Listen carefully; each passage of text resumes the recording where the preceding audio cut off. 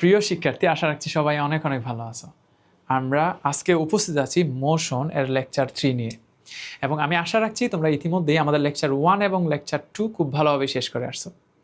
আমরা আজকে এই অধ্যায়ের সবচেয়ে গুরুত্বপূর্ণ একটা অংশ, যেটা হচ্ছে গ্রাফ, এবং এই গ্রাফ থেকে কিভাবে সিকিউ কোয়েশনগুলো আসে সবগুলা সলভ করব। তাহলে কথা না বলে চলো শুরু করা যাক। আমি শিওর এই আজকের এই ক্লাসটুকু করার পর এই মোশনের গ্রাফের মধ্যে আর কোনো প্রবলেম থাকবে না তোমাদের, এবং আমি সম্পূর্ণ নতুন একটা ধারায় তোমাদের সবগুলো শেখাতে যাচ্ছি। সবাই মনোযোগ সহকারে পুরো লেকচারটা দেখতে থাকো। আশা করি আজকের ক্লাসটা তোমার জন্য এই মোশনের বেস্ট ক্লাস হতে চলছে। চলো শুরু করা যাক।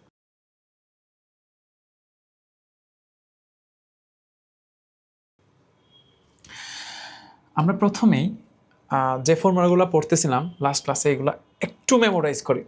V is equal to you plus at. হ্যাঁ, এখানে কিন্তু তোমাদেরকে বারবার বলা হয়েছে এখানে ভি যেটা, এটার অবশ্যই আমরা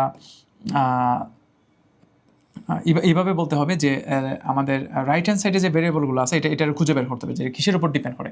যেমন এখানে প্রথমত আছে একটা ইউ কিন্তু অবশ্যই চেঞ্জ হয় না। This is initial velocity, this is acceleration, এবং আমরা জানি এইসব ফর্মুলা লেখার জন্য অবশ্যই যে অ্যাক্সেলারেশনটা হতে হয় এটা কিন্তু অবশ্যই ইউনিফর্ম অ্যাক্সেলারেশন হতে হবে। ইট মিনস এও চেঞ্জ হয় না, তাহলে টাইম চেঞ্জ হবে। তার মানে এই ভিটা ডিপেন্ড করবে টাইমের উপর। আবার এখানে যে এস দেখতে পাচ্ছ, this is not only displacement, you should say this is the displacement after time t. আর ইউ এবং এ এটা তো আর চেঞ্জ হয় না, এটাও সেম, এই টি টাইমের উপর ডিপেন্ড করবে। এখানে যে আবার ভি দেখতে পাচ্ছি, এই ভি কিন্তু আবার ভেলোসিটি আফটার টি এরকম বলা যাবে না, কারণ আমাদের এই রাইট হ্যান্ড সাইডে কোনো টি নাই, বলতে হবে ভেলোসিটি আফটার ডিসপ্লেসমেন্ট এস। এই এসের উপর ডিপেন্ড করবে এই ভিটা কি আসবে, v square is equal to u square plus 2s।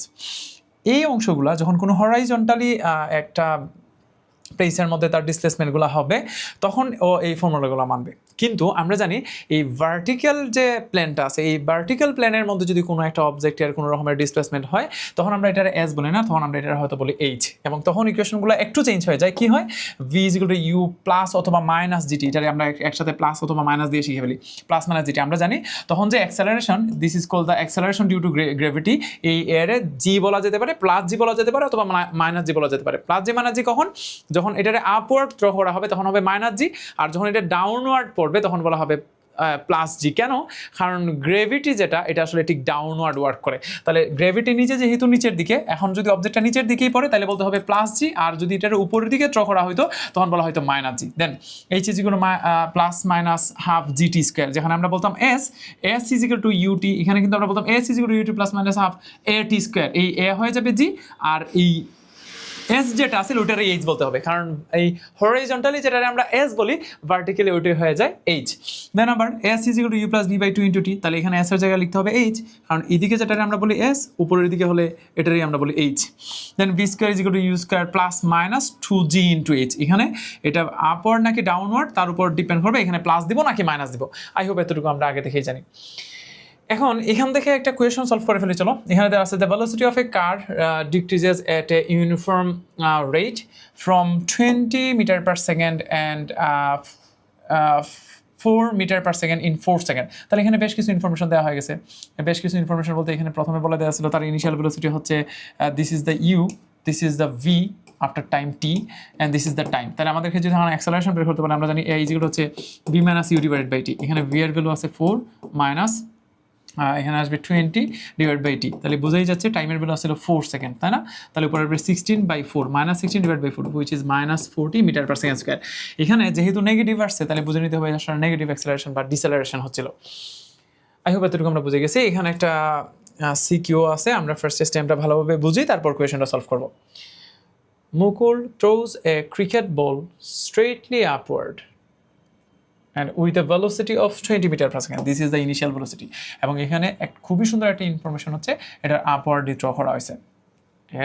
At the same time, Nishan tries to catch the ball by running at a speed of 6 meter per second.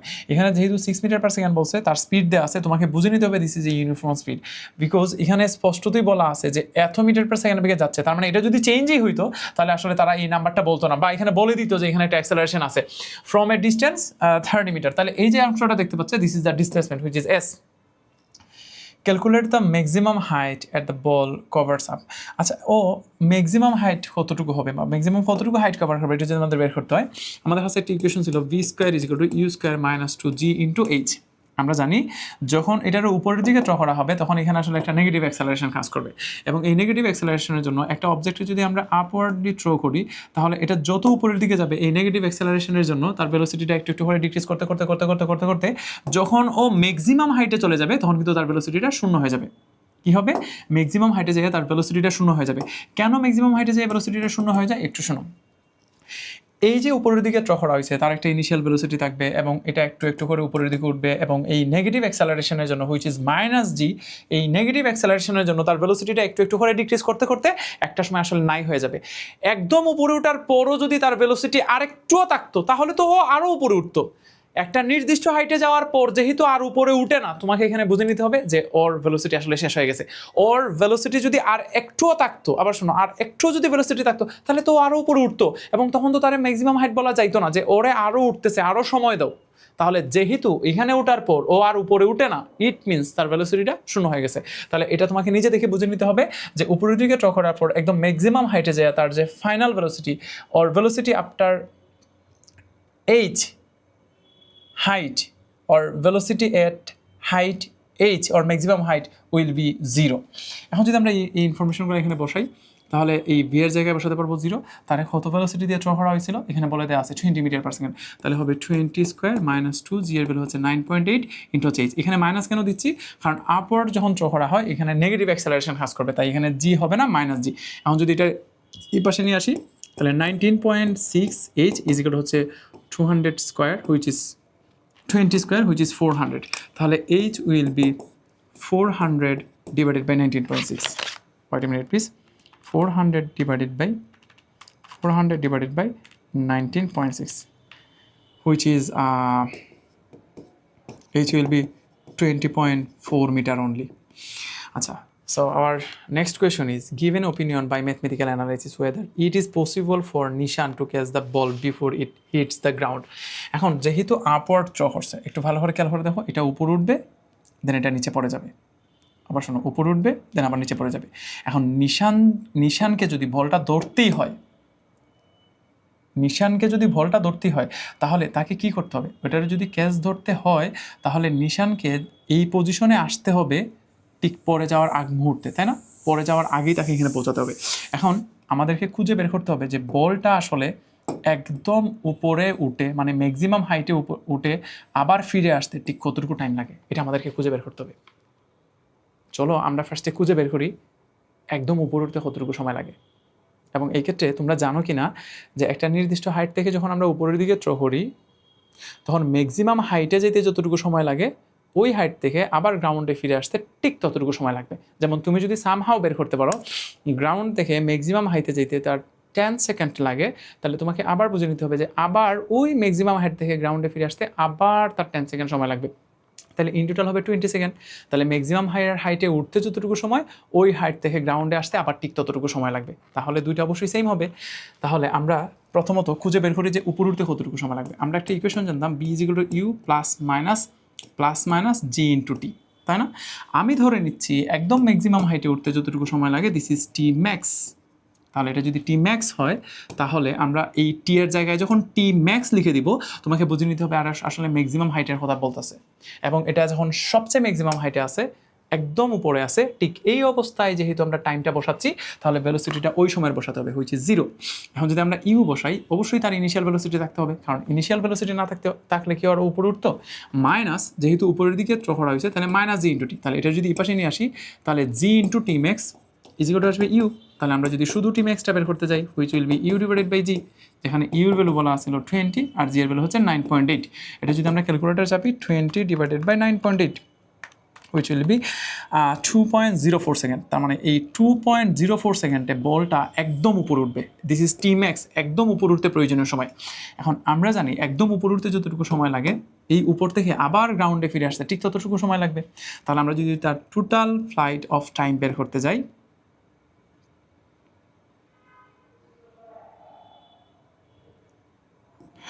Total টাইমটা যদি বের করতে যাই হুইচ ইজ গ্রাউন্ড থেকে উপর উঠে আবার back করতে যতটুকু সময় টাইম অফ ফ্লাইট যেটা বলা হয়, এই পুরোটার জন্য আমরা যেটা করতে হবে টি ম্যাক্স ইন্টু টু করে দিলে আমরা পুরো সময়টা পেয়ে যাব। তাহলে এটা 2.04 ইন্টু হচ্ছে 2 উইচ ইজ 4.08 সেকেন্ড। এখন নিশানকে যদি বলটা ধরতে হয় তাহলে এই যে বলটা উপরে উঠলো, ওঠার পর যে আবার নিচে নামলো, আমরা যে টোটাল টাইমটা বের করলাম 4.02 সেকেন্ড, এই সময়ের মধ্যেই তাকে এই 30 মিটার ডিস্টেন্স কভার করা লাগবে, যদিও ও 6 মিটার পার সেকেন্ড স্পিড নিয়ে আসতেছিল, এটা বলে দেওয়া আছে। আমি এই কোয়েশনটা একটু মুছে দিচ্ছি, মানে এখানে জায়গা কম তাই। এখন আমরা যদি নিশান একটা নির্দিষ্ট ডিস্টেন্স থেকে দৌড়াইয়া যদি আসে তাহলে কতটুকু ডিস্টেন্স কভার করবে ওই সময়ের মধ্যে, মানে 4.08 সময়ের মধ্যে, এটা যদি বের করি তাহলে হবে, অথবা চলো আমরা খুঁজে বের করি এই 30 মিটার ডিস্টেন্স থেকে 6 মিটার পার সেকেন্ড স্পিড নিয়ে যদি তাকে পৌঁছাতে হয় তাহলে কতটুকু সময় লাগে ওইটা বের করি। যেহেতু একটা ইউনিফর্ম স্পিডে যাচ্ছে, দেন আমরা জানি ইকুয়েশন হবে S is equal to V into টি, তাহলে time will be S divided by V. এখানে টাইমের ভ্যালু দেওয়া আছে 30 আর ভেলোসিটি আসছিল 6 মিটার পার সেকেন্ড, তাহলে এটা যদি আমরা ক্যালকুলেটর চাপি আনসার আসবে 5 সেকেন্ড। তার মানে এই 30 মিটার ডিস্টেন্স থেকে 6 মিটার পার সেকেন্ড স্পিড নিয়ে যদি তার এই বলটা ধরার জন্য আসতে হয় তাহলে তার প্রয়োজন হচ্ছে 5 সেকেন্ড, কিন্তু বলটা আসলে 4.08 সেকেন্ড সময়ে পড়ে যায়। তার মানে দাঁড়াইলো বলটা উপর উঠে নিচে পড়তে লাগতেছে 4.08 সেকেন্ড, যদিও তার পৌঁছাতে সময় লাগতেছে 5 সেকেন্ড। এখন দেখো একটু পরে আইসা পৌঁছায় লাভ কি? একটু পরে আইসা পৌঁছাই তো দেখবে বলটা পড়ে গেছে, তাহলে নিশানের একটা জায়গায় পৌঁছাতে লাগতেছে 5 সেকেন্ড আর বলটা পরে যাইতে সময় লাগতেছে 4.08 সেকেন্ড, তার মানে ধরতে পারবে না। এটা তুমি একটু গুছাই বলে দিও। বিষয়টা তো এমনই, তুমি একটু চিন্তা করো, তুমি একটা বলের ক্যাচ ধরতে চাচ্ছ, তাহলে তোমাকে কি করতে হচ্ছে, বলটা উপরে উঠে নিচে পড়তে যতটুকু সময় লাগবে তোমাকে কিন্তু তার আগেই এখানে পৌঁছানো লাগবে। বলটা উপরে উঠে আবার নিচে পড়তে যতটুকু সময় লাগবে তার আগেই ওই জায়গায় পৌঁছানো লাগবে। এখন এমন যদি হয় যে তুমি আসলে ওইখানে পৌঁছাইছো কিন্তু তার চেয়ে একটু বেশি সময় লাগছে, তার মানে তো বলটা নিচে পড়ে গেছে। আই হোপ এতটুকু আমরা বুঝে গেছি। চলো আমরা পরবর্তী অংশটাতে যাই।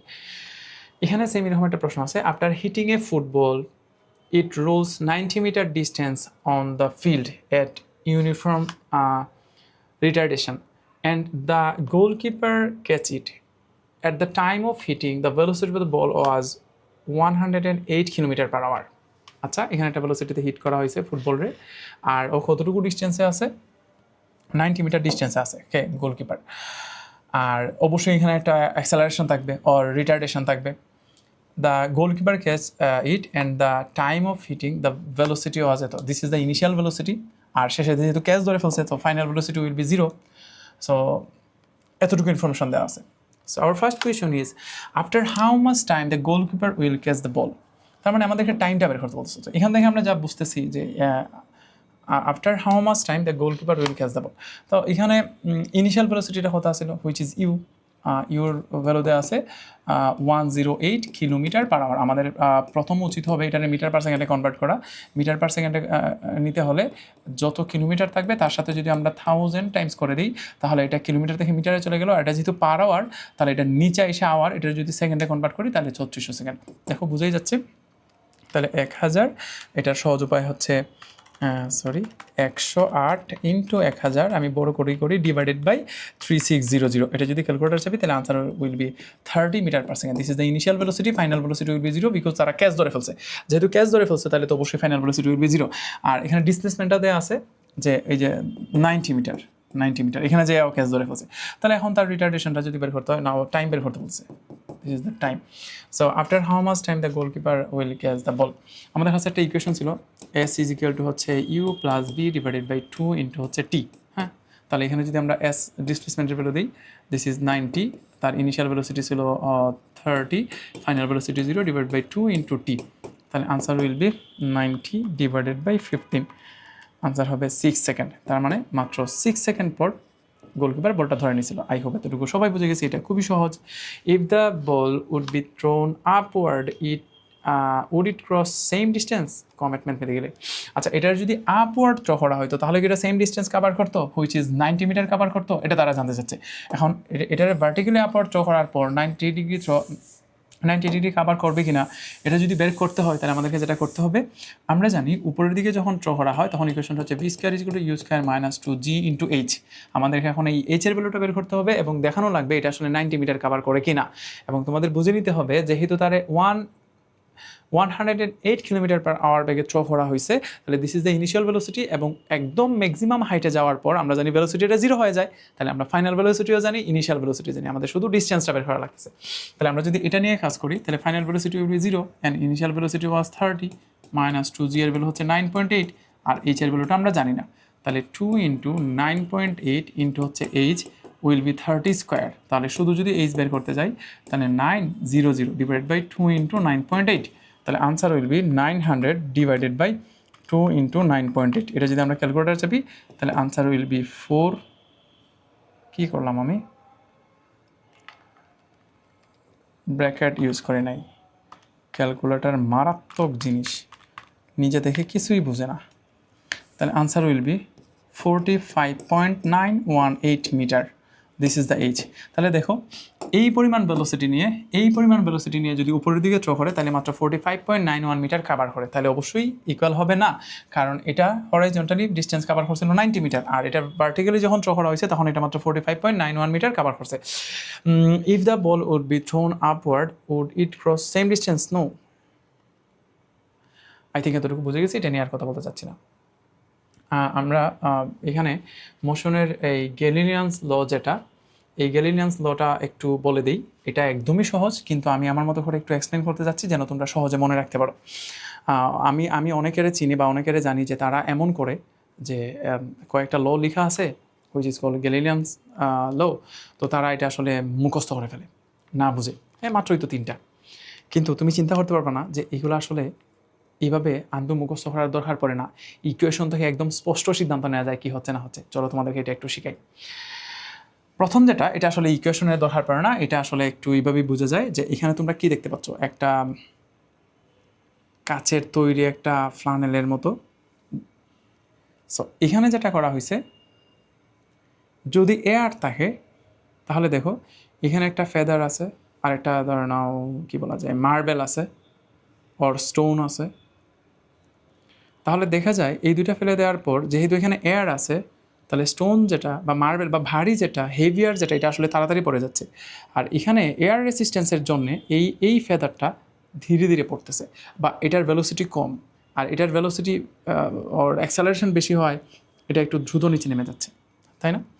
কিন্তু এটা যদি আমরা ভ্যাকুয়াম একটা মিডিয়ামে কী করি, এই এক্সপেরিমেন্টটা করি, যেখানে কোনো রকমের রেসিস্ট্যান্স নাই, কোনো রকমের এয়ার নাই, এই রেসিস্ট্যান্স ফ্রি বা ফ্রি ফলিং অবজেক্ট যেটার বলা হয়, এই ফ্রি ফলিং অবজেক্টের ক্ষেত্রে আমরা যদি দুইটারে ফেলে দিই, তাহলে একটা যত হেভিয়ারই হোক আর একটা যত লাইটই হোক, দুইটা অবশ্যই একই টাইমে পড়বে আইসা, মানে একই টাইমে একই পরিমাণ পথ ট্রাভেল করবে। কখন?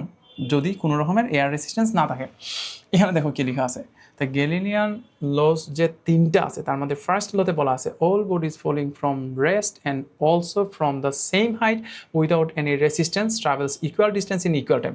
Equal distance in equal time খুবই গুরুত্বপূর্ণ। তবে তার আগে কিছু ইনিশিয়াল কন্ডিশন আছে, তার কোনো ইনিশিয়াল ভেলোসিটি থাকতে পারবে না এবং তার কোনো রেসিস্ট্যান্স থাকতে পারবে না। যদি এমন হয়, দেখো ফ্রি ফলিং অবজেক্ট মানেই তার ইনিশিয়াল ভেলোসিটি 0। এই অবস্থায় তার যদি কোনো রকমের রেসিস্ট্যান্স না থাকে, তার যদি কোনো পরিমাণ বাধা দেওয়া না হয়, তাহলে অবশ্যই সমান সময়ে সমান পথ অতিক্রম করবে।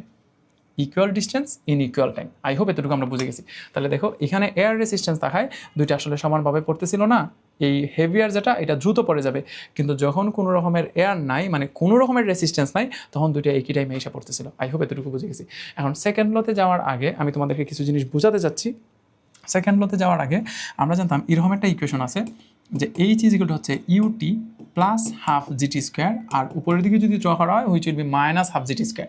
এখন এই যে ইকুয়েশনটা h is equal to u t minus half g t square, এখানে কোনটার পরিচয়কে আমার বোঝানোর উদ্দেশ্য না, এটা তোমরা জানো already, h is equal to u t minus half g t square. কিন্তু আমি যেটা বোঝাতে চাচ্ছি যে আমরা একটা ইকুয়েশনে কখন দুইটা ভেরিয়েবলের মধ্যে রিলেশন প্রপোর্শনাল বলতে পারি এবং কখন পারি না। এই জিনিসটা যদি তুমি না বুঝো, তুমি এই গ্যালিলিয়ান ল যেগুলো এগুলো তুমি পারবা না, এগুলো বোঝানো সম্ভব না, এগুলো তোমাকে ওই আবার মেমোরাইজই করতে হবে। তার জন্য আমি যেটা করতে চাচ্ছি, আমি ফার্স্ট অফ অল তোমাকে বোঝাবো যে দুইটা ভেরিয়েবলের মধ্যে রিলেশন কখন প্রপোর্শনাল বলা যায় এবং কখন প্রপোর্শনাল বলা যায় না। চলো শুরু করা যাক। আমরা তার জন্য বেশ কয়েকটা ইকুয়েশন নেব। ফার্স্ট অফ অল যেটা বোঝাতে চাচ্ছি, যে ধরো নাও কোথাও লেখা আছে y is equal to x, then লেখা আছে ধরো now y is equal to 2x, আরেকটা ইকুয়েশন আছে ধরো now y is equal to 2x plus 3। এরকম 3টা ইকুয়েশন আছে। এখন তোমাদেরকে যেটা খেয়াল রাখতে হবে যে আমি এই যে তিনটে ইকুয়েশন নিলাম, this is our equation number 1, equation number 2 and equation number 3। এই তিনটে ইকুয়েশনের মধ্যে আমরা এক্স এর ভ্যালুটা চেঞ্জ করব। This is independent variable and y is the dependent variable. এখানে দুইটাই ভেরিয়েবল, এক্স এবং ওয়াই। এক্স এর ভ্যালুটা আমরা আমাদের ইচ্ছা অনুযায়ী ইনপুট দিতে পারি, that's why this is called the independent variable. আর এই এক্স এর ভ্যালুর উপর ওয়াই এর ভ্যালুটা নির্ভর করবে বা ডিপেন্ড করবে, বিদায় this is called independent variable. তাহলে ইন্ডিপেন্ডেন্টকে এক্স আর ডিপেন্ডেন্টকে ওয়াই। এখন আমি তোমাদেরকে দেখাতে চাচ্ছি যে কোনটা, এই যে আমাদের যে independent variable which is x, এক্সের ভ্যালু যদি আমরা চেঞ্জ করি তাহলে ওয়াই এর ভ্যালুটা কখন প্রপোর্শনাল হয় এবং কখন প্রপোর্শনাল হয় না। প্রথমটাতে দেখো সবাই প্লিজ, ধরে নিচ্ছি আমি এক্সের ভ্যালু 5 ইনপুট দিচ্ছি, তাহলে ওয়াই এর ভ্যালু 5 পাবো। ধরে নিচ্ছি 10 ইনপুট দিচ্ছি, তাহলে এটাও 10 পাবো। তাহলে ভালো করে খেয়াল করে দেখো তো, এটা যখন 2 টাইমস হয়েছে, এটাও তো 2 টাইমস হয়েছে। তাহলে এমন যদি হয় একটা ভেরিয়েবল 2 টাইমস হওয়ার পর আরেকটা 2 টাইমস হয়, তাহলে এটারই আমরা বলি প্রপোর্শনাল। তাহলে এই জায়গায় এক্স এর ভ্যালু 5 থেকে 10 হওয়াতে মানে 2 টাইমস হওয়াতে ওয়াই এর ভ্যালুও 5 থেকে 10 হয়েছে মানে 2 টাইমস হয়েছে, তাহলে অবশ্যই এটা প্রপোর্শনাল। তাহলে এটারে একই সাথে বলা যেতে পারে, এটারে একই সাথে বলা যেতে পারে, এই যে অংশটা দেখতে পাচ্ছ y is equal to x, এটা একই সাথে প্রপোর্শনাল এবং একই সাথে ইকুয়াল। তাহলে একদম equal, x5 y5, x10 y10, তাহলে এটা ইকুয়াল এবং প্রপোর্শনাল। আচ্ছা, যারা যারা এটা ক্লিয়ার বুঝতেছো না আমার কথাটা, এটা এখানেই থাক, পরের কথাটা শোনো, দুইটারে কম্পেয়ার করলে তুমি বুঝে যাবা। পরেরটাতে আসি, চলো এখানে চলো আমরা x এর ভ্যালু একটু ইনপুট দিই। ধরে নিচ্ছি আমি x এর ভ্যালু 5 ইনপুট দিলাম, তাহলে 5 × 2 হুইচ ইজ 10। এখন চলো আমরা এই x এর ভ্যালুটা 10 ইনপুট দিই, তাহলে হুইচ উইল বি 20। এই জায়গায় ভালো করে খেয়াল করে দেখো এক্স এর ভ্যালু আমরা কী করতেছি। এক্স এর ভ্যালু ফার্স্টে 5 দিছি, তখন ওয়াই 10 পাওয়া গেছে। এক্স এর ভ্যালু পরবর্তীতে 10 দিছি, তখন 20 পাওয়া গেছে। তাহলে এক্স এর ভ্যালু যখন 5 থেকে 10 হয়েছে, ইট মিনস 2 টাইমস হয়েছে। ওয়াই এর ভ্যালু তখন 10 থেকে 20 হয়েছে, মানে এটাও তো 2 টাইমস হয়েছে। তাহলে এক্স যখন 2 টাইমস, ওয়াইও 2 টাইমস, এটারই বলে প্রপোর্শনাল।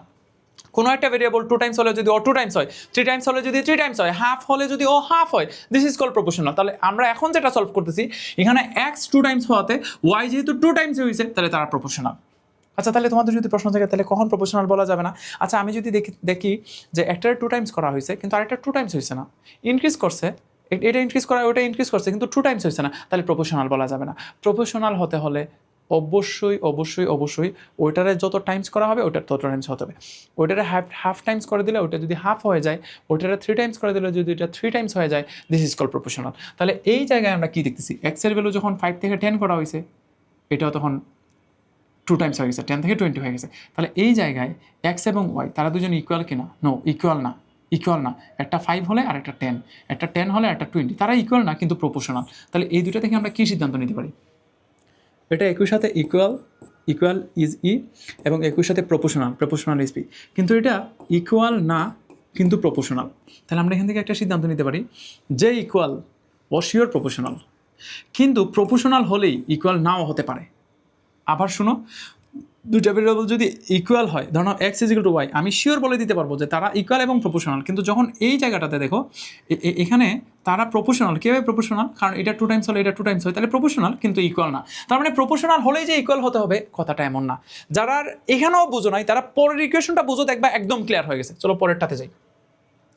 আচ্ছা, এখানে যদি আমরা এক্স এর ভ্যালু 5 ইনপুট দিই, +3, কিন্তু এই যে এক্স এর ভ্যালু 5 ইনপুট দিলাম, তাহলে পাবো 10 + 3 13। এখন এক্স এর ভ্যালু যদি 10 ইনপুট দিই, তাহলে আসবে 20 + 3 23। এখন দেখো এক্স এর ভ্যালু কিন্তু 5 থেকে 10 হয়েছে, মানে 2 টাইমস হয়েছে। এক্স কিন্তু 2 টাইমস হয়েছে, ভালো করে বুঝো প্লিজ। এক্স এর ভ্যালু কিন্তু 5 থেকে 10 হয়ে গেছে, মানে 2 টাইমস হয়েছে, কিন্তু ওয়াই কি 2 টাইমস হয়েছে? 13 এর 2 টাইমস কি 23? নো, 2 টাইমস হয়েছে না, 2 টাইমস হয়েছে না। তাহলে এই যে এক্স ইনক্রিজ করার পর ওয়াই ইনক্রিজ করছে কিন্তু 2 টাইমস হয়েছে না, তাই জানো এটার না প্রপোর্শনাল তুমি বলতে পারবে না। এটার প্রপোর্শনালও বলা যায় না, এটা আসলে ইকুয়ালও না প্রপোর্শনাল না। কিন্তু এই ইকুয়েশনটা একই সাথে ইকুয়াল এবং প্রপোর্শনাল, এটা প্রপোর্শনাল বাট ইকুয়াল না, আর এটা প্রপোর্শনাল না ইকুয়ালও না, কারণ এক্সের 2 টাইমস করাতে ওয়াই 2 টাইমস হয়েছে না। এখানে এক্স এবং ওয়াই প্রপোর্শনাল না। হ্যাঁ, ইনক্রিজ করলে ইনক্রিজ করতেছে, এক্স ইনক্রিজ করলে ওয়াই ইনক্রিজ করবে, একটা ইনক্রিজ করলে আরেকটা ইনক্রিজ করলেই এটার প্রপোর্শনাল বলে না। প্রপোর্শনাল হলে তাদের রেশিওটা সেম রাখতে হবে। 2 টাইমস করলে 2 টাইমস হচ্ছে না, তাই এটা প্রপোর্শনাল না। তাহলে এখন আসলে কে ঝামেলা করতেছে, এটা একটু মনোযোগ দিয়ে দেখো, তাহলে আমার এই টাইপটা শেষ।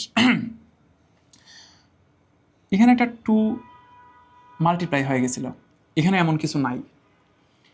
এই 2 মাল্টিপ্লাই হওয়াতে এই যে 2 মাল্টিপ্লাই হয়ে গেছে, মাল্টিপ্লাই হওয়াতে এক্স এবং ওয়াই এই দুজন আর ইকুয়াল নাই, ইকুয়াল নাই। এই টুতে এসে ঝামেলা পাতাইছে, 2 টাইমস করে ফেলছে। কিন্তু এখানে 2 মাল্টিপ্লাই হওয়াতে প্রপোর্শনাল হওয়াতে কোনো অসুবিধা হয়েছে না। তুমি এই কোয়েশনটা এইভাবে দেখো তো, যদি 3x হইতো, 2x না, ধরলাম 3x, এখানে তুমি এক্সের ভ্যালু 10 দাও তো, তাহলে এখানে পাবা 30, 2 ইন্টু 3 ইন্টু 10 30। আচ্ছা 3 তো আর থাকবেই, 3 তো আর থাকবেই। এখন এক্সের ভ্যালু তুমি 20 ইনপুট দাও। আচ্ছা এক্সের ভ্যালু 20 দিয়ে কী বোঝাচ্ছি, এই যে দেখো এক্সের ভ্যালু 10 থেকে 20 মানে 2 টাইমস হয়ে গেছে, ওয়াইয়ের ভ্যালু দেখবা যে 60 হয়ে গেছে, মানে এটাও 2 টাইমস হয়েছে। তাহলে এই যে এক্স 2 টাইমস হওয়াতে ওয়াইও 2 টাইমসই হয়েছে, ইট মিনস এটা প্রপোর্শনাল। আচ্ছা তাহলে এখানে 2 আছে নাকি 3 আছে নাকি 4 আছে এটা আসলে জানার দরকার নাই। এই যে 3 প্রপোর্শনাল হতে ও আসলে কোনো অসুবিধা করবে না। দেখো এখানে 3 থাকলে যা আসছে, এখানে 2 থাকাতে কিন্তু সেমই আসছে, এটা কিন্তু অসুবিধা করছে না। এই যে এখানে যে 2 আছে তার জন্য কিন্তু সেমই আসছে, কোনো অসুবিধা নাই। তাহলে 2 থাকলেও থাকুক অথবা 3 থাকুক, ইনটু আকারে বা ডিভাইড আকারে যাই থাকুক কোনো অসুবিধা নাই। অসুবিধা হচ্ছে এই 3 যদি প্লাস আকারে বা মাইনাস আকারে কিছু থাকে। এই যে দেখতে পাচ্ছ একটা কনস্ট্যান্ট নাম্বার বা একটা নাম্বার প্লাস হয়ে গেছে, তার জন্যে এই ওয়াই এবং এক্স আর প্রপোর্শনাল নাই। আমি বোঝাতে চাচ্ছি, ধরো না y is equal to 10 into x, যদি জিজ্ঞেস করা হয় বলো তো এটা প্রপোর্শনাল কিনা, 10 মাল্টিপ্লাই আকার আছে, নো প্রবলেম, এটা প্রপোর্শনাল। কিন্তু আমি যদি তার সাথে একটা ধরো না 4 প্লাস করে দিই বা 4 যদি মাইনাসও করে দিতাম, তাহলে এটারে আর তুমি প্রপোর্শনাল বলতে পারবে না। এখন দেখবা এটা 2 টাইমস হলে এটা 2 টাইমস হবে না, তার মানে এটা প্রপোর্শনাল না। তাহলে প্রপোর্শনাল হওয়ার জন্য কোনো কিছু যদি মাল্টিপ্লাই আকারে থাকে বা ডিভাইড আকারে থাকে তাহলে অসুবিধা করে না, অসুবিধা করে প্লাস এবং মাইনাস আকারে থাকলে পরে। প্রত্যেকটা কথা ইম্পর্টেন্ট বাবা, প্রত্যেকটা কথা ইম্পর্টেন্ট। তুমি ভালো করে বুঝো কখন ইকুয়াল, কখন প্রপোর্শনাল বলা যায় না, আর কে প্রপোর্শনাল হতে অসুবিধা করে না। যদি একটা নাম্বার মাল্টিপ্লাই আকারে থেকে যায়, এটা হোক 3, 4, 10, 20, কোনো অসুবিধা নেই, ও প্রপোর্শনাল হতে বাধা দেয় না। প্রপোর্শনাল হতে বাধা দিবে যদি কোনো একটা নাম্বার প্লাস অথবা মাইনাস হয়ে যায়। আই হোপ এতটুকু আমরা বুঝে গেছি। চলো আমরা পরেরটাতে যাই। পরেরটাতে বলতে এখন আসো তোমাদেরকে যেটা শেখানো হয়েছিল যে h is equal to u t plus half g t square. এখন গ্যালিলিও সাহেবের দ্বিতীয় সূত্রতে বলা আছিল যে আমরা যদি কোনো একটা ফ্রি ফলিং অবজেক্ট নেই, ফ্রি ফলিং অবজেক্ট মানেই তার কোনো ইনিশিয়াল ভেলোসিটি থাকবে না। এবং যেহেতু কোনো ইনিশিয়াল ভেলোসিটি থাকবে না, তাহলে এই অংশটারে মুছে দাও, কারণ তার ইনিশিয়াল ভেলোসিটি থাকবে না মানে 0 ইন্টু টি মানে 0, তাহলে এই অংশটা বাদ। তাহলে এই চিজগুলো কী থাকতেছে, এই চিজগুলো থাকতেছে শুধু হাফ জি টি স্কোয়ার। তাহলে এই যে এই cheese equal to half g t square, এখান থেকে স্পষ্টতই দেখতে পারবা যে এখানে যে একটা হাফ জি দেখতে পাচ্ছ, এই অংশটা আসলে কনস্ট্যান্ট নাম্বার, এই অংশটা পরিবর্তন হয় না। তাহলে হাফ জি যদি কনস্ট্যান্ট নাম্বার হয়, তাহলে এখান থেকে আমরা স্পষ্টতই যেটা লিখতে পারবো এইচ প্রপোর্শনাল টি স্কোয়ার। তাহলে এইচ এর সাথে টি এর সম্পর্ক the square proportional of t. তাহলে h the square proportional of t, তাহলে টি এর স্কোয়ার হলে যা আসে এটা হচ্ছে এইচ। জানো ওনার সূত্রে এটাই বলা আছে। এখন এটা কত সুন্দর বোঝা যায় যে তুমি কেন আন্দো মুখস্থ রাখবা। H is equal to u t plus half g t square. এখানে এইচ এর সাথে টি এর সম্পর্ক always square proportional of t না, অলওয়েজ না। যদি এই প্লাস চিহ্নটা থেকে যায় তাহলে তুমি এই এইচ এর সাথে টি এর যে রিলেশন এটা স্কোয়ার প্রপোর্শনাল অফ টি বলা যায় না, যদি এই ইউটিটা প্লাস থেকে যায়। কিন্তু আমরা জানি ফ্রি ফলিং অবজেক্টের ক্ষেত্রে তোমরা তো সবাই এটা জানো যে ফ্রি ফলিং অবজেক্টের ক্ষেত্রে কোনো ইনিশিয়াল ভেলোসিটি থাকে না এবং তার যে acceleration this is an uniform acceleration. তাহলে এই ইউনিফর্ম অ্যাক্সেলারেশনের জন্য অবশ্যই এই ইকুয়েশনটা ফলো করবে এবং তার ইউটিটা ক্যান্সেল হয়ে যাবে। এবং ইউটি যখন ক্যান্সেল হয়ে যায়, যখন আমরা H is equal to half g t square লিখতে পারি, তখন এখানে যে হাফ জি দেখতে পাচ্ছ ও তো তোমার কোনো প্রবলেম করবে না, ও তো একটা কনস্ট্যান্ট নাম্বার। এখানের অংশটুকু তো প্লাস হচ্ছে না, মাল্টিপ্লাই আকার হচ্ছে। একটু আগে আমরা কি দেখতেছিলাম যে ধরে নিচ্ছি ওয়াই ইজ ইকুয়াল টু ধরে নাও 10 ইন্টু এক্স। এই 10-এ কি তোমাকে কোনো প্রবলেম করবে? এটা তো এক্স সমান ওয়াই, এক্স এবং ওয়াই এর মধ্যে প্রপোর্শনাল সম্পর্ক করতে যেয়ে অত কোনো প্রবলেম করবে না। সিমিলারলি এই হাফ জি ও আমাদেরকে কোনো প্রবলেম করবে না, ও একটা কনস্ট্যান্ট নাম্বার। আই হোপ এতটুকু আমরা বুঝে গেছি। তাহলে গ্যালিলিওর যে সেকেন্ড ল, আমরা আসলে থার্ড লটা পড়ে ফেলছি। থার্ড ল এখানে কী দেওয়া আছে, the distance is travelled by a freely falling object from rest is directly proportional to the square of the given time, that is h proportional t square. This is not alpha, this is proportional. তাহলে এখানে কয়েকটা condition আবার দেখো তো। Freely, এটা জানো কেন বলতে হবে? ফ্রিলি না বললে তার অ্যাক্সেলারেশনটা ইউনিফর্ম থাকবে না। Falling body from the rest, from rest কেন বলতে হবে জানো? কারণ তোমাকে ইউরে জিরো করতে হবে। ইউ যদি জিরো না হয় তাহলে কিন্তু ঝামেলা হয়ে যাবে। আবার বলতেছি, h is equal to u t plus half g t square. তুমি যদি ফার্স্টেই তারে না বোঝাতে পারো যে বাবা তোমার ইউ জিরো হওয়া দরকার, এই জায়গাটা যদি ক্যান্সেল করতে না পারো, তাহলে কিন্তু তুমি ডিরেক্ট এইচের সাথে টি এর প্রপোর্শনাল সম্পর্কে যেতে পারবে না। তাহলে এইচ প্রপোর্শনাল টি স্কোয়ার বলতে হলে প্রথমত ইউরে ক্যান্সেল করে দিতে হবে এবং জিরে কনস্ট্যান্ট করে দিতে হবে। এই জিরে কনস্ট্যান্ট করে দিছে free flowing objective. I hope এতটুকু বুঝে গেছি। চলো আমরা এর পরের অংশটা শিখি, যেটা হচ্ছে সেকেন্ড ল। সেকেন্ড লতে যদি আমরা যাই, আমরা আসলে থার্ডটা আগে পরে বলছি।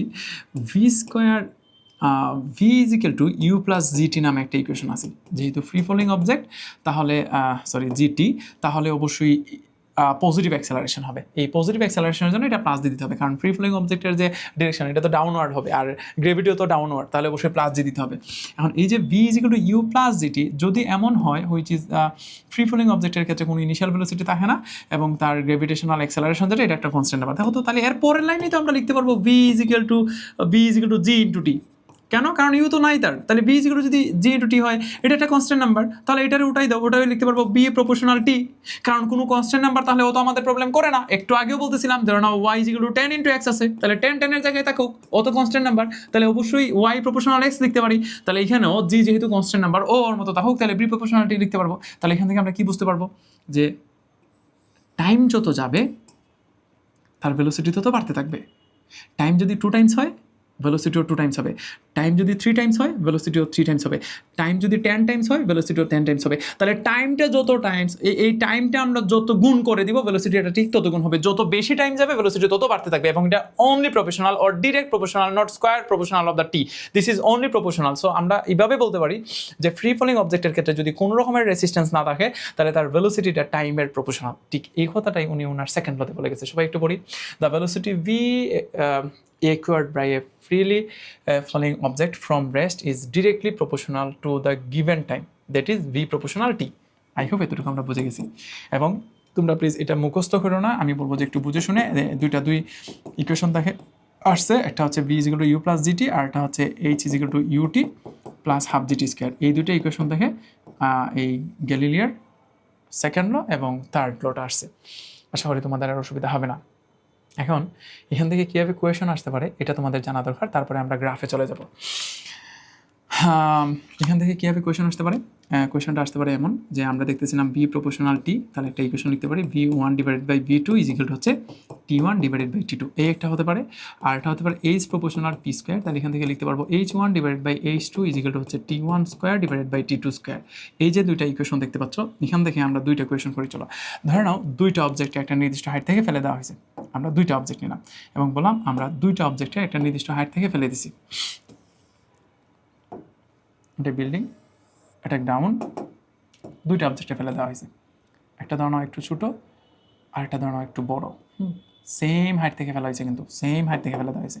তো আমরা তো গ্যালিলিয়ার ফার্স্ট ল দেখেই জেনে আসছি, ছোটো হোক বা বড় হোক, তাদের মাস বড় বেশি হোক বা কম হোক, যদি ফ্রি ফলিং কোনো অবজেক্ট হয় তাহলে কিন্তু সমান সময়ে সমান ডিস্টেন্স ট্রাভেল করবে। তাহলে এটা ঠিক একই টাইমে এসে গ্রাউন্ডে হিট করবে। এখন তোমাদেরকে বলা হইলো যে আচ্ছা আমরা প্রথম অবজেক্টটারে যদি 2 সেকেন্ড সময় দিই এবং সেকেন্ড যে অবজেক্টটা আছে তারে যদি আমরা 3 সেকেন্ড সময় দিই, তাহলে কোয়েশন দুইটা, তাদের ভেলোসিটির রেশিও কত আসবে আর তাদের হাইটের যে কতটুকু ডিস্টেন্স ট্রাভেল করছে তার রেশিওটা কত আসবে। তাহলে আমরা দুইটা জিনিসের রেশিও বের করবো। One is velocity and another is distance. তাহলে আমরা যদি ফার্স্টে ভেলোসিটির রেশিওটা বের করতে চাই, তাহলে দেখো v one divide by v two, তারা বলছিল প্রথমটার জন্য হচ্ছে 2 সেকেন্ড আর পরেরটার জন্য হচ্ছে 3 সেকেন্ড, মানে টি ওয়ান হচ্ছে 2 সেকেন্ড, টি টু হচ্ছে 3 সেকেন্ড। তাহলে answer will B 2:3। This is the ratio of velocity of this objects. এখন এর পরেরটার ক্ষেত্রে আমরা যেটা লিখতে পারবো, সেম যদি তারা কতটুকু ডিস্টেন্স ট্রাভেল করছে এটার রেশিও যদি বের করতে বলে, which is h one divided by h two, তাহলে এখানে দেখো লিখতে পারবো টি ওয়ানের ভ্যালু লিখতে পারবো 2 সেকেন্ড আর টি টুর ভ্যালু লিখতে পারবো 3 সেকেন্ড। কিন্তু স্কোয়ার থাকাতে এখানে স্কোয়ার আছে, তাহলে আমরা হোল স্কোয়ার দিয়ে দিব। তাহলে answer will be 4 divided by 9, which will be 4:9। তাহলে একটু ভালো করে শুনো, ভেলোসিটির যখন রেশিও জানতে চাচ্ছিল তখন কিন্তু 2:3 হয়েছিল, কিন্তু কতটুকু ডিস্টেন্স ট্রাভেল করছে এটার রেশিও যদি বের করতে বলে তাহলে আনসার হবে 4:9। আই হোপ এতটুকু আমরা বুঝে গেছি। গ্যালিলিওস ল নিয়ে আর কোনো ফর্মুলা আর কোনো কথা নাই, এটা সবগুলো আমরা বুঝে গেছি, কীভাবে কোয়েশন আসতে পারে এটাও বুঝে গেছি। আমরা এর পরের অংশটাতে যাচ্ছি।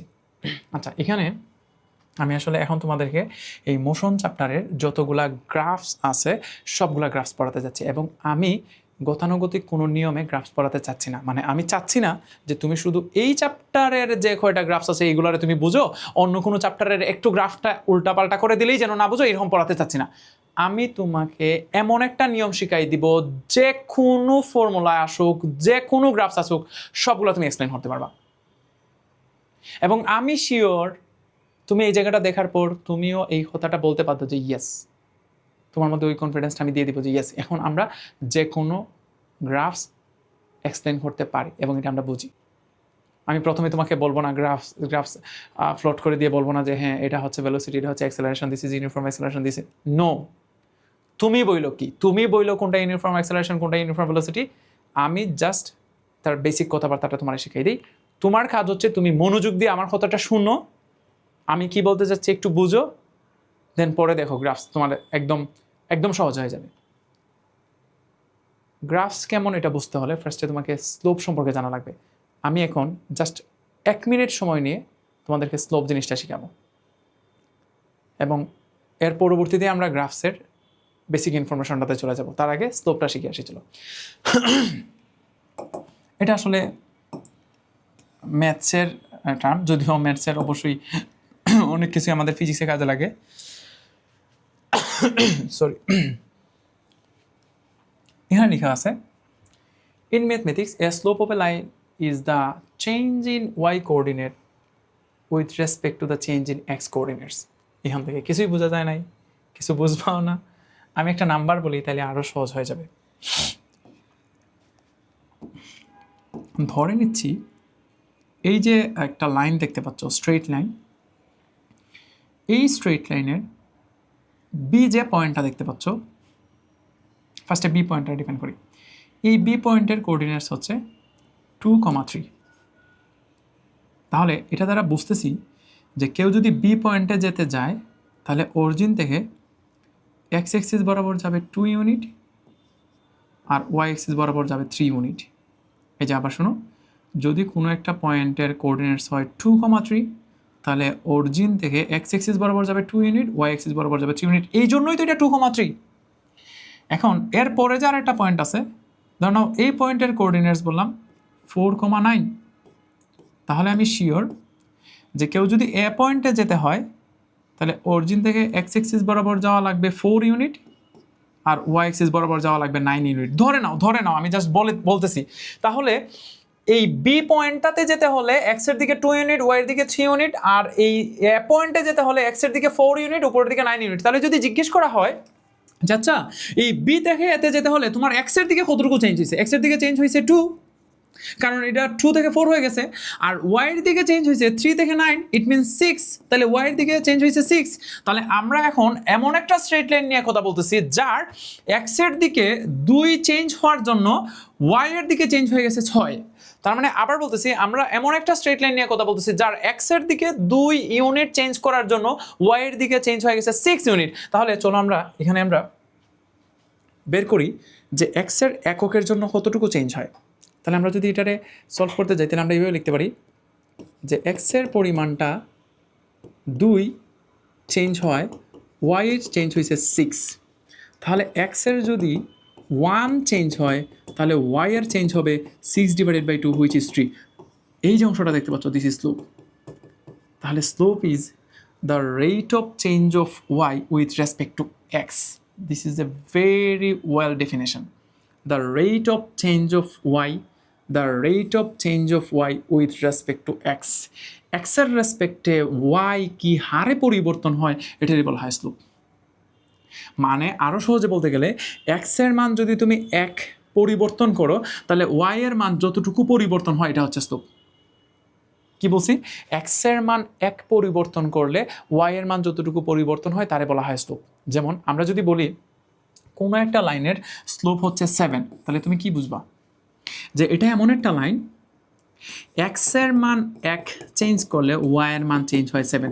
আচ্ছা, আরেকটা লাইনের স্লোপ যদি হয় 10, তাহলে আমরা কি বুঝে নিব? এটা এমন একটা লাইন, এক্সের মান 1 চেঞ্জ করলে ওয়াই এর মান চেঞ্জ হয় 10। এই এক্সের মান 1 চেঞ্জ করলে ওয়াই এর মান যতটুকু চেঞ্জ করা হয়, দিস ইজ কল্ড স্লোপ। তাহলে এই অংশটা দেখে তোমাদের যদি জিজ্ঞেস করা হয়, এই যে 3 দেখতে পাচ্ছ, 3 যদি হয় স্লোপ, তাহলে আমরা যদি এই পয়েন্টারে 2, 3 এবং 4, 9 বলি, তাহলে x এর দিকে চেঞ্জ হয়েছে 6। এটা আমরা কিভাবে বের করলাম? তাহলে x এর মান যে 6 চেঞ্জ হয়েছে, এটা বের করার উপায় হচ্ছে তুমি এই 9 থেকে 3 রে মাইনাস করে দাও, হুইচ ইজ 9 - 3।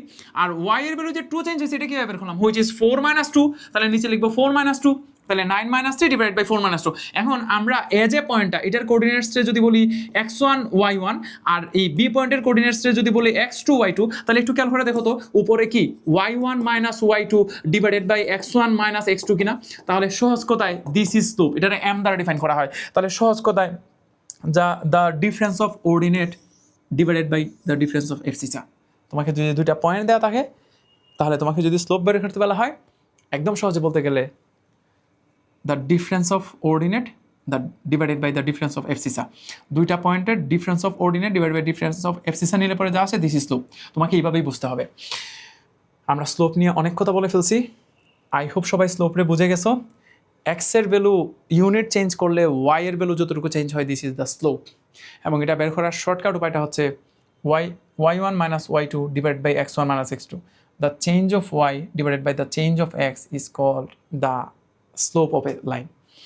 এখন আমরা এই গ্রাফে যাওয়ার আগে, মোশনের যে গ্রাফগুলো যাওয়ার আছে, যাই আছে সবগুলো যাওয়ার আগে আমরা প্লিজ কয়েকটা লাইন শিখবো। এখানে যে কয়েকটা লাইন দেখতে পাচ্ছ, আমি প্রত্যেকটা এক্সপ্লেন করতেছি, খুব বেশি সময় নিব না বলতেছি, কারণ এই লাইনগুলো ব্যতীত তুমি গ্রাফস বুঝবা না। শুনো, তুমি এটা বলে লাভ নাই যে ভাইয়া এইসব ছাড়াও তো সলভ করা যায়। আমি জানি সলভ করা যায়, কিন্তু একটু যদি উল্টাপাল্টা করে দেয়, একটু যদি কোয়েশন কঠিন করে, তোমরা আর ধরতে পারবে না।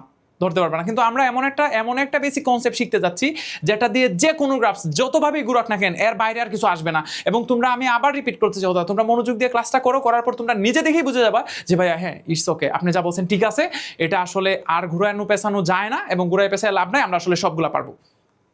প্রথমে কি বলা আছে দেখো, the slope of a straight line equal in everywhere. তুমি যদি বুঝে যাও এটা একটা স্ট্রেট লাইন, তাহলে তার স্লোপ সব জায়গায় সেম। আমি একটা করে এক্সপ্লেন করতেছি।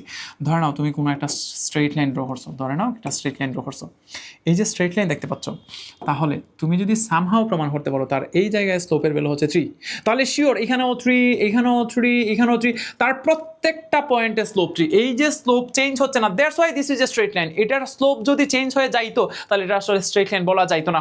এটাই স্ট্রেট লাইনের খুব সুন্দর একটা বৈশিষ্ট্য, যে স্ট্রেট লাইনের স্লোপ চেঞ্জ হয় না। যার স্লোপ চেঞ্জ হয়ে যায় ও স্ট্রেট লাইন না। তাহলে যার স্লোপ চেঞ্জ হয় না, this is a straight line. দেখো আমি ঠিক এই কথাটাই লিখে রাখছি, the slope of a straight line equal in everywhere. I hope প্রথমটা আমাদের বোঝা শেষ, আর কোনো কথা নাই। দ্বিতীয়টা শোনো, the slope of a curve line changes in every moment change হবে। তাহলে তুমি যদি একটা কার্ভ লাইন ড্র করো, লাইক এখন যদি জিজ্ঞেস করা হয়, আচ্ছা বলো তো তাহলে এখানের স্লোপ কত, ধরো না এখানে 2, তাহলে এখানে কত, এখানে হবে আর 2 না, চেঞ্জ হয়ে গেছে 3, এখানে ধরো হয়ে গেছে 5, এখানে ধরো হয়ে গেছে 8। প্রত্যেকটা মোমেন্টে তার স্লোপ চেঞ্জ হবে কার্ভ লাইনের। খুবই গুরুত্বপূর্ণ ইনফরমেশন। এর পরবর্তীতে গ্রাফ এক্সপ্লেন করতে যাওয়া তোমাদেরকে যেন আর কখনো এসব না বলতে হয়। স্ট্রেট লাইন মিনস স্লোপ সব জায়গায় সেম। কত বলা লাগবে না, তুমি আগে বলো যে সব জায়গায় সেম। তুমি যদি একটা জায়গায় বের করতে পারো, তাহলে সব জায়গায় তার সেম থাকবে স্লোপ। কিন্তু যদি কার্ভ লাইন হয়, প্রত্যেকটা মোমেন্ট চেঞ্জ হচ্ছে, কত বলার দরকার নাই। তুমি শুধু বলো যে চেঞ্জ হচ্ছে, এটা বুঝবা কিনা। তাহলে স্ট্রেট লাইন হলে স্লোপ চেঞ্জ হয় না, বাট কার্ভ লাইন হলে প্রত্যেকটা মোমেন্টে স্লোপ চেঞ্জ হবে। দুইটা লাইন শেষ। পরে the slope of a line parallel to x axis is 0। তুমি যদি এক্স এক্সিসের প্যারালাল করে একটা লাইন টানো, তাহলে স্লোপ উইল বি 0। আবার বলতেছি, তুমি যদি এক্স এক্সিসের প্যারালাল করে একটা লাইন টানো, দ্য স্লোপ উইল বি 0। কেন একটু দেখো, like this is x axis, this is the y axis. এখন তুমি যদি একটা লাইন টানো which is parallel to x axis, এবং তার স্লোপ কতটা যদি জানতে চাও, ধরো আমি একটা লাইন টানলাম which is parallel to x axis. এখন এই লাইনের যদি স্লোপ বের করতে হয়, তোমার কি মনে আছে যে স্লোপের পরিচয়টা কি? একটু আগে আমরা কি দেখতেছিলাম? আচ্ছা তুমি একটা কোঅর্ডিনেটস নাও, তাহলে আর সহজে বুঝে যাবে। ধরো এটা হচ্ছে 2, 3। তার মানে শিওর অরিজিন থেকে এই যে এ পয়েন্টটা দেখতে পাচ্ছি, এই এ পয়েন্টে যদি যাওয়ার দরকার পড়ে তাহলে তুমি অরিজিন থেকে এইদিকে যাবা 2 ইউনিট এবং উপরের দিকে যাবা 3 ইউনিট। এই যে এক্সের দিকে 2 ইউনিট এবং উপরের দিকে 3 unit, that's why this is 2,3। তাহলে এক্সের দিকে 2 ইউনিট, ওয়াইয়ের দিকে 3 unit, that's why this point is 2,3। আচ্ছা, এখন যদি আমরা একটা বি পয়েন্ট নিই তাহলে একটু খেয়াল করে দেখো তো, তার কোঅর্ডিনেট যদি তুমি বের করতে যাও তাহলে এক্সের দিকে এখন আর 2 ইউনিট গেলে হচ্ছে না, আর একটু বেশি যাওয়া লাগবে। ধরো না তোমাকে এক্সের দিকে যাওয়া লাগতেছে 7 ইউনিট, তাহলে এক্সের দিকে অনেক বেশি দূর যাওয়া লাগতেছে, কিন্তু উপরের দিকে তো সেম ওই 3 ইউনিটই যাওয়া লাগবে। তাহলে তার কোঅর্ডিনেটস তো আসবে 7,3। তাহলে এক্সের দিকে হয়তো একটু বেশি যাওয়া লাগতেছে, এক্সের দিকে হয়তো এখন আর 2 গেলে হচ্ছে না, এক্সের দিকে হয়তো এখন 7 ইউনিট যাওয়া লাগতেছে, কিন্তু উপরের দিকে তো 3। তার মানে এই যে পয়েন্টটা দেখতে পাচ্ছ বি পয়েন্ট, তার কোঅর্ডিনেটস যদি তুমি বের করতে যাও, দিস উইল বি 7,3। তার মানে তার যে ওয়াই এর ভ্যালু ওর অর্ডিনেটের ভ্যালু এটা কিন্তু চেঞ্জ হচ্ছে না, 3 থাকবে। এখন তুমি যদি আরেকটু দূরে যাও তাও দেখবা সেম, এখানে সামথিং, 3 হবে। তার মানে এই যে এক্স এক্সিসের প্যারালালে একটা লাইন টানলাম, তার ওয়াই এর ভ্যালু চেঞ্জ হচ্ছে না। যতই একটু একটু করে সামনে আগাচ্ছে তার এক্স এক্সিসের ভ্যালু ওর এফ সিসের ভ্যালু চেঞ্জ হচ্ছে, কিন্তু অর্ডিনেটের ভ্যালু চেঞ্জ হচ্ছে না। এখন আমরা স্লোপ কীভাবে বের করতাম? y1 - y2 divide by x1 - x2। একটু বসাও তো, y1 which is 3 minus y2 মানে 3। নিচে আর কিছু লিখারই দরকার নেই, নিচে কিছু একটা আইসাও লাভ নাই, উপরে 0 হয়ে যাচ্ছে। যেহেতু উপরে 0 হয়ে যাচ্ছে, নিচে যত বড় নাম্বারই আসুক না কেন, এই 0-রে কোনো কিছু দ্বারা ডিভাইড করলে আনসারটা 0 হয়ে যাবে। তাহলে the slope of this line will be 0। ঠিক এই কথাটা এখানে লিখে দেওয়া আছে। সবাই একটু দেখো তো এখানে কি লিখছে, the slope of a line parallel to x axis will be 0। তাহলে এক্স এক্সিসের প্যারালালে কোনো লাইন টানলে স্লোপ হয়ে যাবে 0। আবার শোনো, এক্স এক্সিসের প্যারালালি কোনো লাইন টানলে আনসার হয়ে যাবে 0। এক্স এক্সিসের প্যারালালি কোনো লাইন টানলে স্লোপ হয়ে যাবে 0। এরপর এটা শোনো, তাহলে আমাদের 3টা শেষ, 1 শেষ, 2 শেষ, 3 শেষ। The slope of a line parallel to Y axis is infinity. তুমি যদি ওয়াই এক্সিসের প্যারালালি একটা লাইন টানো তাহলে স্লোপ উইল বি ইনফিনিটি। ধরো এটা এক্স এক্সিস, এটা ওয়াই এক্সিস। এখন তুমি যদি একটা লাইন টানো which is parallel to Y axis, এখন যদি তার কোঅর্ডিনেটস বের করতে যাও, ধরে নিচ্ছি দিস ইজ অরিজিন, হ্যাঁ, তাহলে এই পয়েন্টটা ধরে নাও, এটা ধরে নাও 2,1। তাহলে এইদিকে 2 ইউনিট, উপরের দিকে 1 ইউনিট, এটা 1 এটা 2, এই জন্যই তো এটা 2,3। তাহলে এখন যদি আমি আরেকটু উপরের দিকে যাই তাহলে এক্সের দিকে তো আমার 2 ইউনিটই যাওয়া লাগবে, কিন্তু উপরের দিকে আরও বেশি ইউনিট যাওয়া লাগবে। তাহলে 2, ধরে নিচ্ছি 7। তাহলে এখন এটা এ পয়েন্ট, এটা বি পয়েন্ট। এখন এই যে দুইটা পয়েন্ট, তার এফ সিসার ভ্যালু চেঞ্জ হবে না। এই এ পয়েন্টে যাইতে যেয়ে তুমি অরিজিন থেকে এক্স এক্সিসে যত ইউনিট গেছো উপরের দিকে ঠিক তত ইউনিটই যাওয়া লাগবে। তাহলে আবার বলতেছি কি চেঞ্জ হবে না? এফ সিসার চেঞ্জ হবে না, because this is parallel to Y axis, কিন্তু তার অর্ডিনেট চেঞ্জ হবে, 1 থেকে 7 হয়ে গেছে। তাহলে এখন যদি স্লোপ বের করে which is y1 - y2 divided by x1 - x2, এখানে দেখো তো y1 এর ভ্যালু হচ্ছে 7 মাইনাস y1 এর মান হচ্ছে 1, y 7 - 1, তাহলে এখানে নিচে কি আসতেছে, এই যে এটা থেকে যদি এটা বিয়োগ করে দিই হুইচ ইজ 2, 2 - 2 মানে 0। তাহলে উপরে যাই আসুক 6 or -6 যাই আসুক, নিচে তো 0 চলে আসতেছে। তোমাদের কি মনে আছে যে সামথিং ডিভাইডেড বাই 0 ইজিক্যাল হচ্ছে আনডিফাইন বা অসীম বলি আমরা এটারে, ইনফিনিটি বলি আমরা এটারে। তাহলে এই জন্য এটা হয়ে যাবে ইনফিনিটি। তাহলে দেখো ঠিক এই কথাটা এখানে লেখা আছে, the slope of a line parallel to Y axis will be 0, will be infinity. তাহলে আমরা এখন পর্যন্ত কে কি শিখলাম আবার একটু রিপিট করি। স্ট্রেট লাইন হলে স্লোপ সব জায়গায় সেম, কার্ভ লাইন হলে স্লোপ এভরি মোমেন্ট চেঞ্জ হয়। The line parallel to x axis, the slope of a line parallel to x axis will be 0, the slope of a line parallel to y axis will be infinity। 4টা শেষ, পরেরটাতে যাই। The slope of the velocity time graphs refers to the acceleration of the body at that point। The slope of the velocity time graphs। আচ্ছা, কি করা লাগতেছে দেখো, আমরা slope নিব, কার স্লোপ নিব, the slope, wait a minute please, the slope velocity versus time graphs। Velocity versus time গ্রাফের যদি তুমি স্লোপ নেও তাহলে ইট রেফার্স, খুবই গুরুত্বপূর্ণ, রেফার্স দ্য অ্যাক্সেলারেশন। তাহলে আমরা যদি ভেলোসিটি ভার্সেস টাইম গ্রাফস নেই তাহলে ইট রেফার্স অ্যাক্সেলারেশন। এটা আমি যতটুকু জানি, হ্যাঁ তোমাকে পড়ানো হবে, এটা তুমি পড়বা, এটা তুমি জানো এটা, কিন্তু কীভাবে আসছে এটা তুমি জানো না, কীভাবে আসছে এটা তোমাকে নর্মালি শেখানো হবে না বা হয় না, এজ ইউজুয়াল এটা শেখানো হয় না। আমি তোমাকে এটা শেখাবো যে কেন velocity versus time graph acceleration হয়। ঠিক 6 নম্বরটা দেখি, the slope of the distance time graphs refers the velocity. এখন এটা যদি ডিস্টেন্স ভার্সেস টাইম গ্রাফ হয় তাহলে ঠিকই ভেলোসিটি রেফার করে। আমরা এখন ফার্স্টে শিখব 6, 6 শেখার পর আমরা শিখব 5। 6টা বুঝলে এমনিতেই তুমি 5টা বুঝে যাবা। তো আমাকে একটু সময় দাও, আমি এটা একটু ভালোভাবে বোঝাতে চাচ্ছি। এটা বেশ গুরুত্বপূর্ণ যে কেন কেন ভেলোসিটি ভার্সেস গ্রাফ একটা ডিপেন্ড করে আর ডিসপ্লেসমেন্ট ভার্সেস টাইম আরেকটা ডিপেন্ড করে। ধরে নিচ্ছি আমরা একটা লাইন টানলাম, আমরা ধরে নাও কোনো একটা লাইন টানলাম, এরকম একটা লাইন যাচ্ছে, এরকম ধরনের একটা লাইন যাচ্ছে। তো এখানে কি ভার্সেস কি বসানো হয়েছে আবার একটু ক্লিয়ার হয়ে যাও। S versus T, displacement versus time or distance versus time যাই বলো। এখানে চলো দুইটা পয়েন্ট ডিফাইন করি আমরা। ধরে নিলাম এটা হচ্ছে A point and this is B point.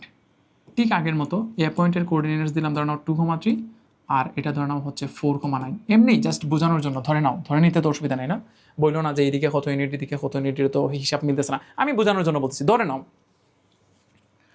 তাহলে কেউ যদি এ পয়েন্টে যেতে যায় তাহলে অরিজিন থেকে এক্সের দিকে যেতে হবে 2 ইউনিট, উপরের দিকে যেতে হবে 3 ইউনিট, তাহলে this is 2 and this is 3। আবার এই বি পয়েন্টে যদি যেতে হয় তাহলে এই অরিজিন থেকে এক্সের দিকে যাওয়া লাগবে 4 ইউনিট আর ওয়াইয়ের দিকে যাওয়া লাগবে 9 ইউনিট, তাহলে দিস উইল বি 4, এই পুরোটা হবে 4 আর দিস উইল বি 9। এখন প্রশ্ন হচ্ছে এই যে 2, 3 এবং এই যে 4, 9 এগুলো কি আসলে? এই যে 2 এবং 3 এটা দ্বারা কি রেফার করা হচ্ছে? এই 2 এর পরিচয় হচ্ছে 2 সেকেন্ড আর এই 3 এর পরিচয় হচ্ছে ডিসপ্লেসমেন্ট 3 মিটার। তার মানে যখন টাইমের ভ্যালু 2 সেকেন্ড তখন ডিসপ্লেসমেন্ট হচ্ছে 3 মিটার। আবার শুনো, যখন টাইমের ভ্যালু 2 সেকেন্ড তখন ডিসপ্লেসমেন্ট হচ্ছে 3 মিটার। তাহলে পরেরটাতে দেখো, যখন টাইমের ভ্যালু হচ্ছে 4 সেকেন্ড তখন ডিসপ্লেসমেন্ট হচ্ছে 9 মিটার। তাহলে আবার শুনো, এই এ পয়েন্ট দ্বারা বোঝায় যে এটা আমরা এমন একটা অবজেক্ট নিয়ে কথা বলতেছি যার টাইমের মান যখন 2 সেকেন্ড তখন ডিসপ্লেসমেন্ট হচ্ছে 3 মিটার, আবার টাইমের মান যখন 4 সেকেন্ড তখন ডিসপ্লেসমেন্ট হচ্ছে 9 মিটার। তাহলে এ থেকে বিতে যেতে টোটাল কত সময় লাগছে? এ পয়েন্টে যাইতে লাগে 2 সেকেন্ড, বি পয়েন্টে যাইতে লাগে হচ্ছে 4 সেকেন্ড, তাহলে এ থেকে বিতে যাইতে লাগছে অবশ্যই 2 সেকেন্ড। ধরে নাও তুমি এইভাবে চিন্তা করো, এখান থেকে তুমি তোমার স্কুলে যাবা, তো স্কুলের আগে ধরে নাও কোনো কারণে একটা মার্কেট আছে, তো তোমার বাসা থেকে মার্কেটে যেতে লাগে 3 মিনিট আর স্কুলে যেতে লাগে 5 মিনিটস।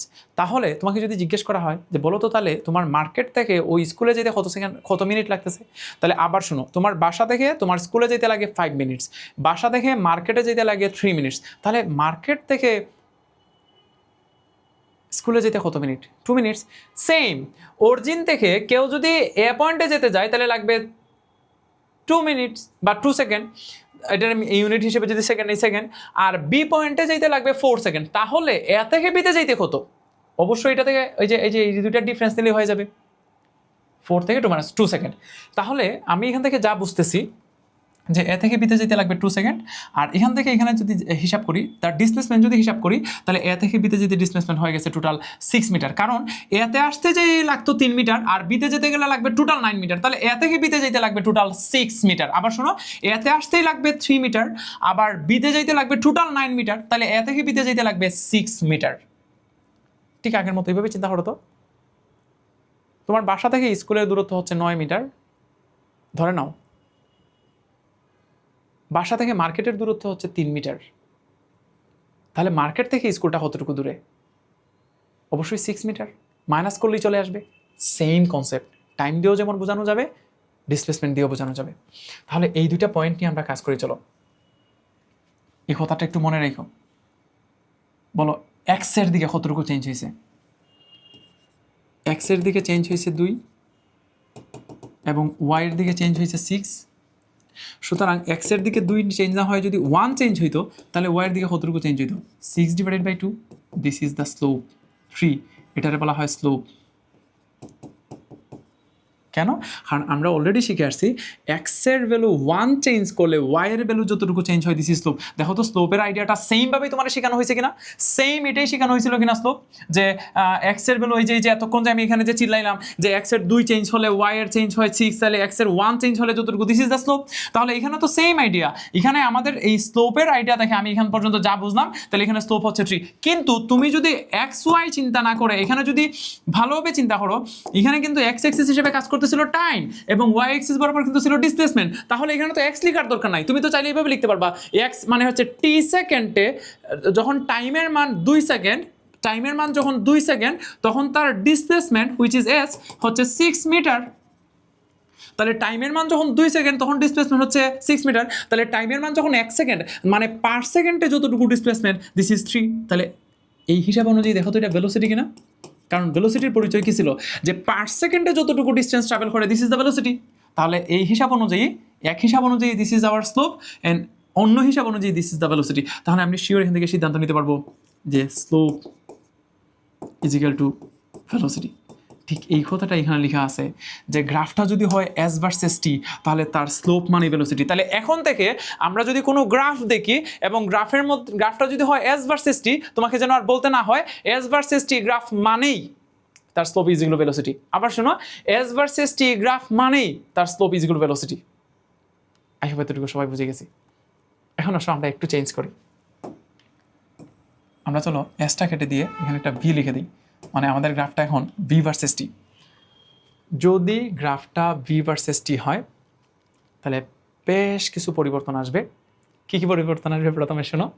এখন এই যে 2 3, 2 এর পরিচয় আগেও সেকেন্ড এখনও সেকেন্ডই আছে, টাইমই আছে, কিন্তু এই 3 এর পরিচয় একটু আগে পর্যন্ত ছিল ডিসপ্লেসমেন্ট, এখন না এটা ভেলোসিটি হয়ে গেছে, কারণ আমি এসটা উড়াই দিয়ে এখানে ভি লিখে দিছি। মানে এখন আমাদের গ্রাফটা হচ্ছে ভি ভার্সেস টি। তাহলে গ্রাফটা যখন ভি ভার্সেস টি তখন এই পরের অংশটা আসলে ভেলোসিটি ডিফাইন করবে। তার মানে এই 2 3 দ্বারা বোঝানো হয় যখন টাইমের মান 2 সেকেন্ড তখন তার ডিসপ্লেসমেন্ট হচ্ছে 3 মিটার। তাহলে বি পয়েন্ট দ্বারা বোঝানো হয় যখন টাইমের মান ডিসপ্লেসমেন্ট বলতেছি, তার ভেলোসিটি হচ্ছে 3 মিটার পার সেকেন্ড। তাহলে যখন টাইমের মান 4 সেকেন্ড তখন তার ভেলোসিটি হচ্ছে 9 মিটার পার সেকেন্ড। তাহলে এখন এই যে 3 বা এই যে 9 মানে তার যে ওয়াই এর কোঅর্ডিনেটস হুইচ ইজ অর্ডিনেট এখন আর ডিসপ্লেসমেন্ট ডিফাইন করে না, এই অর্ডিনেট হয়ে গেছে এখন ভেলোসিটি। তাহলে এই যে ভেলোসিটি দেখতে পাচ্ছি 2 সেকেন্ড সময় তার ভেলোসিটি হচ্ছে 3 এবং 4 সেকেন্ড সময় তার ভেলোসিটি হচ্ছে 9। তাহলে এ থেকে বিতে যাইতে স্পষ্টতই বোঝা যাচ্ছে এ থেকে বিতে যাইতে টাইম লাগতেছে 2 সেকেন্ড। তাহলে টাইমের মান 2 সেকেন্ড আর the change of velocity which is 6, this is not the velocity, this is called the change of velocity because এখানে টাইমের মান যখন 2 সেকেন্ড তখন তার ভেলোসিটি ছিল 3 মিটার পার সেকেন্ড, পরে হয়ে গেছে 9 মিটার পার সেকেন্ড। তুমি একটু চিন্তা করে দেখো তো, প্রথমে আসছিল 3 মিটার পার সেকেন্ড ভেলোসিটি, পরে হয়ে গেছে 9 মিটার পার সেকেন্ড। তাহলে তুমি যদি মাইনাস করে দাও 9 থেকে 3 তাহলে কি পাচ্ছ? এই 6 এটা কি ভেলোসিটি না চেঞ্জ অফ ভেলোসিটি? অবশ্যই this is the change of velocity which will be the change of velocity in time 2 second. তাহলে এই 2 সেকেন্ডে যতটুকু change of velocity which is 6, তাহলে ইন 1 সেকেন্ড কতটুকু হবে? 6 divided by 3। This is not the velocity, this is the rate of change of velocity which is acceleration, তাহলে দেখো তো যখন এটা ভি ভার্সেস টি এক হিসাব অনুযায়ী এটা অ্যাক্সেলারেশন, কিন্তু এটাই আসলে আমাদের স্লোপ। এই 6 ডিভাইডেড বাই 2 যেটা এটা হচ্ছে এক হিসাব অনুযায়ী এটা স্লোপ। কেন স্লোপ? কারণ এটা এক্স এর দিকে চেঞ্জ হয়েছে 2 আর ওয়াই এর দিকে চেঞ্জ হয়েছে 6। তাহলে এক্স এর দিকে 1 ইউনিট চেঞ্জ হলে 6/2 দিস ইজ দ্য স্লোপ। তাহলে এক হিসাব অনুযায়ী এটা স্লোপ আর এক হিসাব অনুযায়ী দিস ইজ দ্য অ্যাক্সেলারেশন। তাহলে দেখো যখন স্লোপ বলবো, যখন এখানে ম্যাথস নিয়ে কথা বলবো আমরা, তখন বলবো এক্স এর চেঞ্জ হয়েছে 2 আর ওয়াই এর চেঞ্জ হয়েছে 6। সুতরাং এক্স এর যদি 1 চেঞ্জ করতাম তাহলে ওয়াই এর হয়তো 3 চেঞ্জ হইতো, তাহলে দিস ইজ দ্য স্লোপ। কিন্তু যখন আমরা ফিজিক্স নিয়ে কথা বলতেছি, যখন গ্রাফটা ভি ভার্সেস টি, তখন আমাদের বলতে হবে এক্স না বলে বলতে হবে যে 2 সেকেন্ডে এই যে 2 থেকে 4 হয়েছে এই জন্য 2 সেকেন্ডে দ্য চেঞ্জ অফ ভেলোসিটি 3 থেকে 9 which is 6 metre per second. তাহলে in 1 second the change of velocity will be 6 divided by 2 which is 3। This is called the rate of change of velocity which is acceleration. I hope এতটুকু বুঝে গেছি। তাহলে গ্রাফটা যদি হয় V versus টি তাহলে this will be acceleration. এখন দেখো তো আমরা যে এতক্ষণ বক করে এই যে 5 এবং 6 নাম্বার লাইন এটা বোঝা যাচ্ছে কিনা? The slope of the velocity time graphs, velocity versus time. তাহলে velocity versus time graphs refers the acceleration of the body at that point. The slope of the distance time graphs refers to the velocity of this body. তাহলে এটা যদি distance versus time হয় তাহলে this will be the slope will be the velocity, but the velocity time graph the slope will be acceleration. I hope এতটুকু আমরা বুঝে গেছি। আর লাস্টের যে অংশটা the area of the V versus t graph reference displacement, এটা আমরা এখন বুঝবো না, এটা আসলে গ্রাফের পরের অংশটুকু, মানে গ্রাফ যখন আমরা বুঝে যাব তখন তার এখানে একটা কথা আছে যে V versus T graphs reference displacement এটা কীভাবে হয়েছে আমরা পরে বুঝবো। The area of a V versus T graphs reference displacement. তার আগে আমাকে একটু নিশ্চিত করো যে তোমরা কি এই 6টা অংশ বুঝে গেছো কিনা। হ্যাঁ, প্লিজ নোট ডাউন করবা, খুবই খুবই খুবই গুরুত্বপূর্ণ। আমি একটু রিপিট করি কি হয়েছে এটা। প্রথমটা কি ছিল? The slope of straight line in equal in everywhere, এটা কনস্ট্যান্ট, চেঞ্জ হবে না। তুমি যদি স্ট্রেট লাইন বুঝে যাও তার স্লোপ কখনো চেঞ্জ হবে না। এটা যদি কার্ভ লাইন হয় তাহলে প্রত্যেকটা মোমেন্টে তার স্লোপ চেঞ্জ হবে, প্রত্যেকটা মোমেন্টে তার স্লোপ চেঞ্জ হবে। কার্ভ লাইনের the slope of a line which is parallel to x axis will be zero. X এক্সিসের প্যারালেল টানলে পরে কোনো স্লোপ থাকে না, কারণ তার এক্সের ভ্যালু চেঞ্জ হলেও ওয়াই চেঞ্জ হয় না। আর স্লোপের পরিচয়ই হচ্ছে এক্সের ভ্যালু ইউনিট চেঞ্জ করলে ওয়াইয়ের ভ্যালু যতটুকু চেঞ্জ হয়, this is the slope. 3 number অংশটা। 4 নম্বর অংশটা, the line parallel to Y axis, the slope of a line parallel to Y axis will be zero infinity. যদি ওয়াই এক্সিসের parallel হয় তাহলে স্লোপ হয়ে যাবে ইনফিনিটি। এবং লাস্টের দুইটা লাইন এমন ছিল যে আমরা যদি এস ভার্সেস টি গ্রাফ নিই তাহলে তার slope is equal to velocity, আর যদি ভি ভার্সেস টি গ্রাফ নিই then slope will be acceleration. Just এই কথা একটু মনে রেখো প্লিজ। আমি যখন গ্রাফে যাই এবং তুমি চিন্তা করতে পারবে না, এই 6টা জিনিস যদি কেউ বুঝে থাকে, যে কোনো গ্রাফ এক্সপ্লেন করা পসিবল, যে কোনো গ্রাফ। অ্যাটলিস্ট এই ভি ভার্সেস টি এবং এস ভার্সেস টি আর ঘোরানো পেছনের কোনো সুযোগ নেই। আমি তোমাদেরকে এখনই দেখাই দিচ্ছি। আচ্ছা, এটা পরে শিখতেছি। আমি একসাথে সবগুলা দেখাই ফেলবো তো, সো আমি এই গ্রাফসগুলা একটা একটা করে ড্র করতেছি। আচ্ছা, ফার্স্টে এটা চিন্তা করো। ধরে নাও এটা একদম straight line. Wait a minute, এটা একদম straight line which is pass through the origin. This is also a straight line but this not pass through the origin, and this is not the straight line, this is curve line.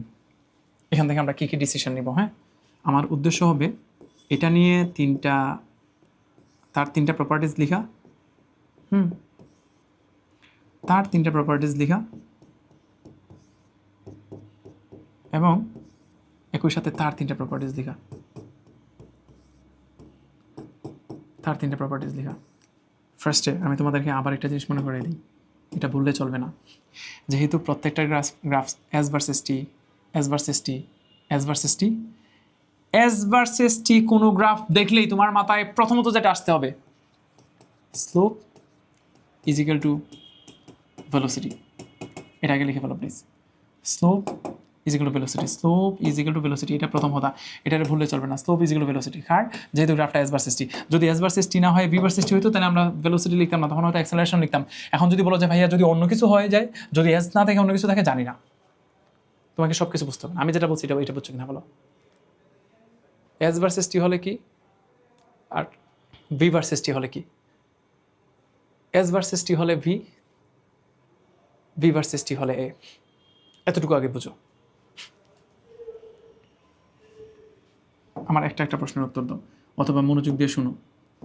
তোমাদেরকে প্রশ্ন হলে তার উত্তর দেওয়ার সুযোগ নেই। Online ক্লাসের এটা একটা ঝামেলা।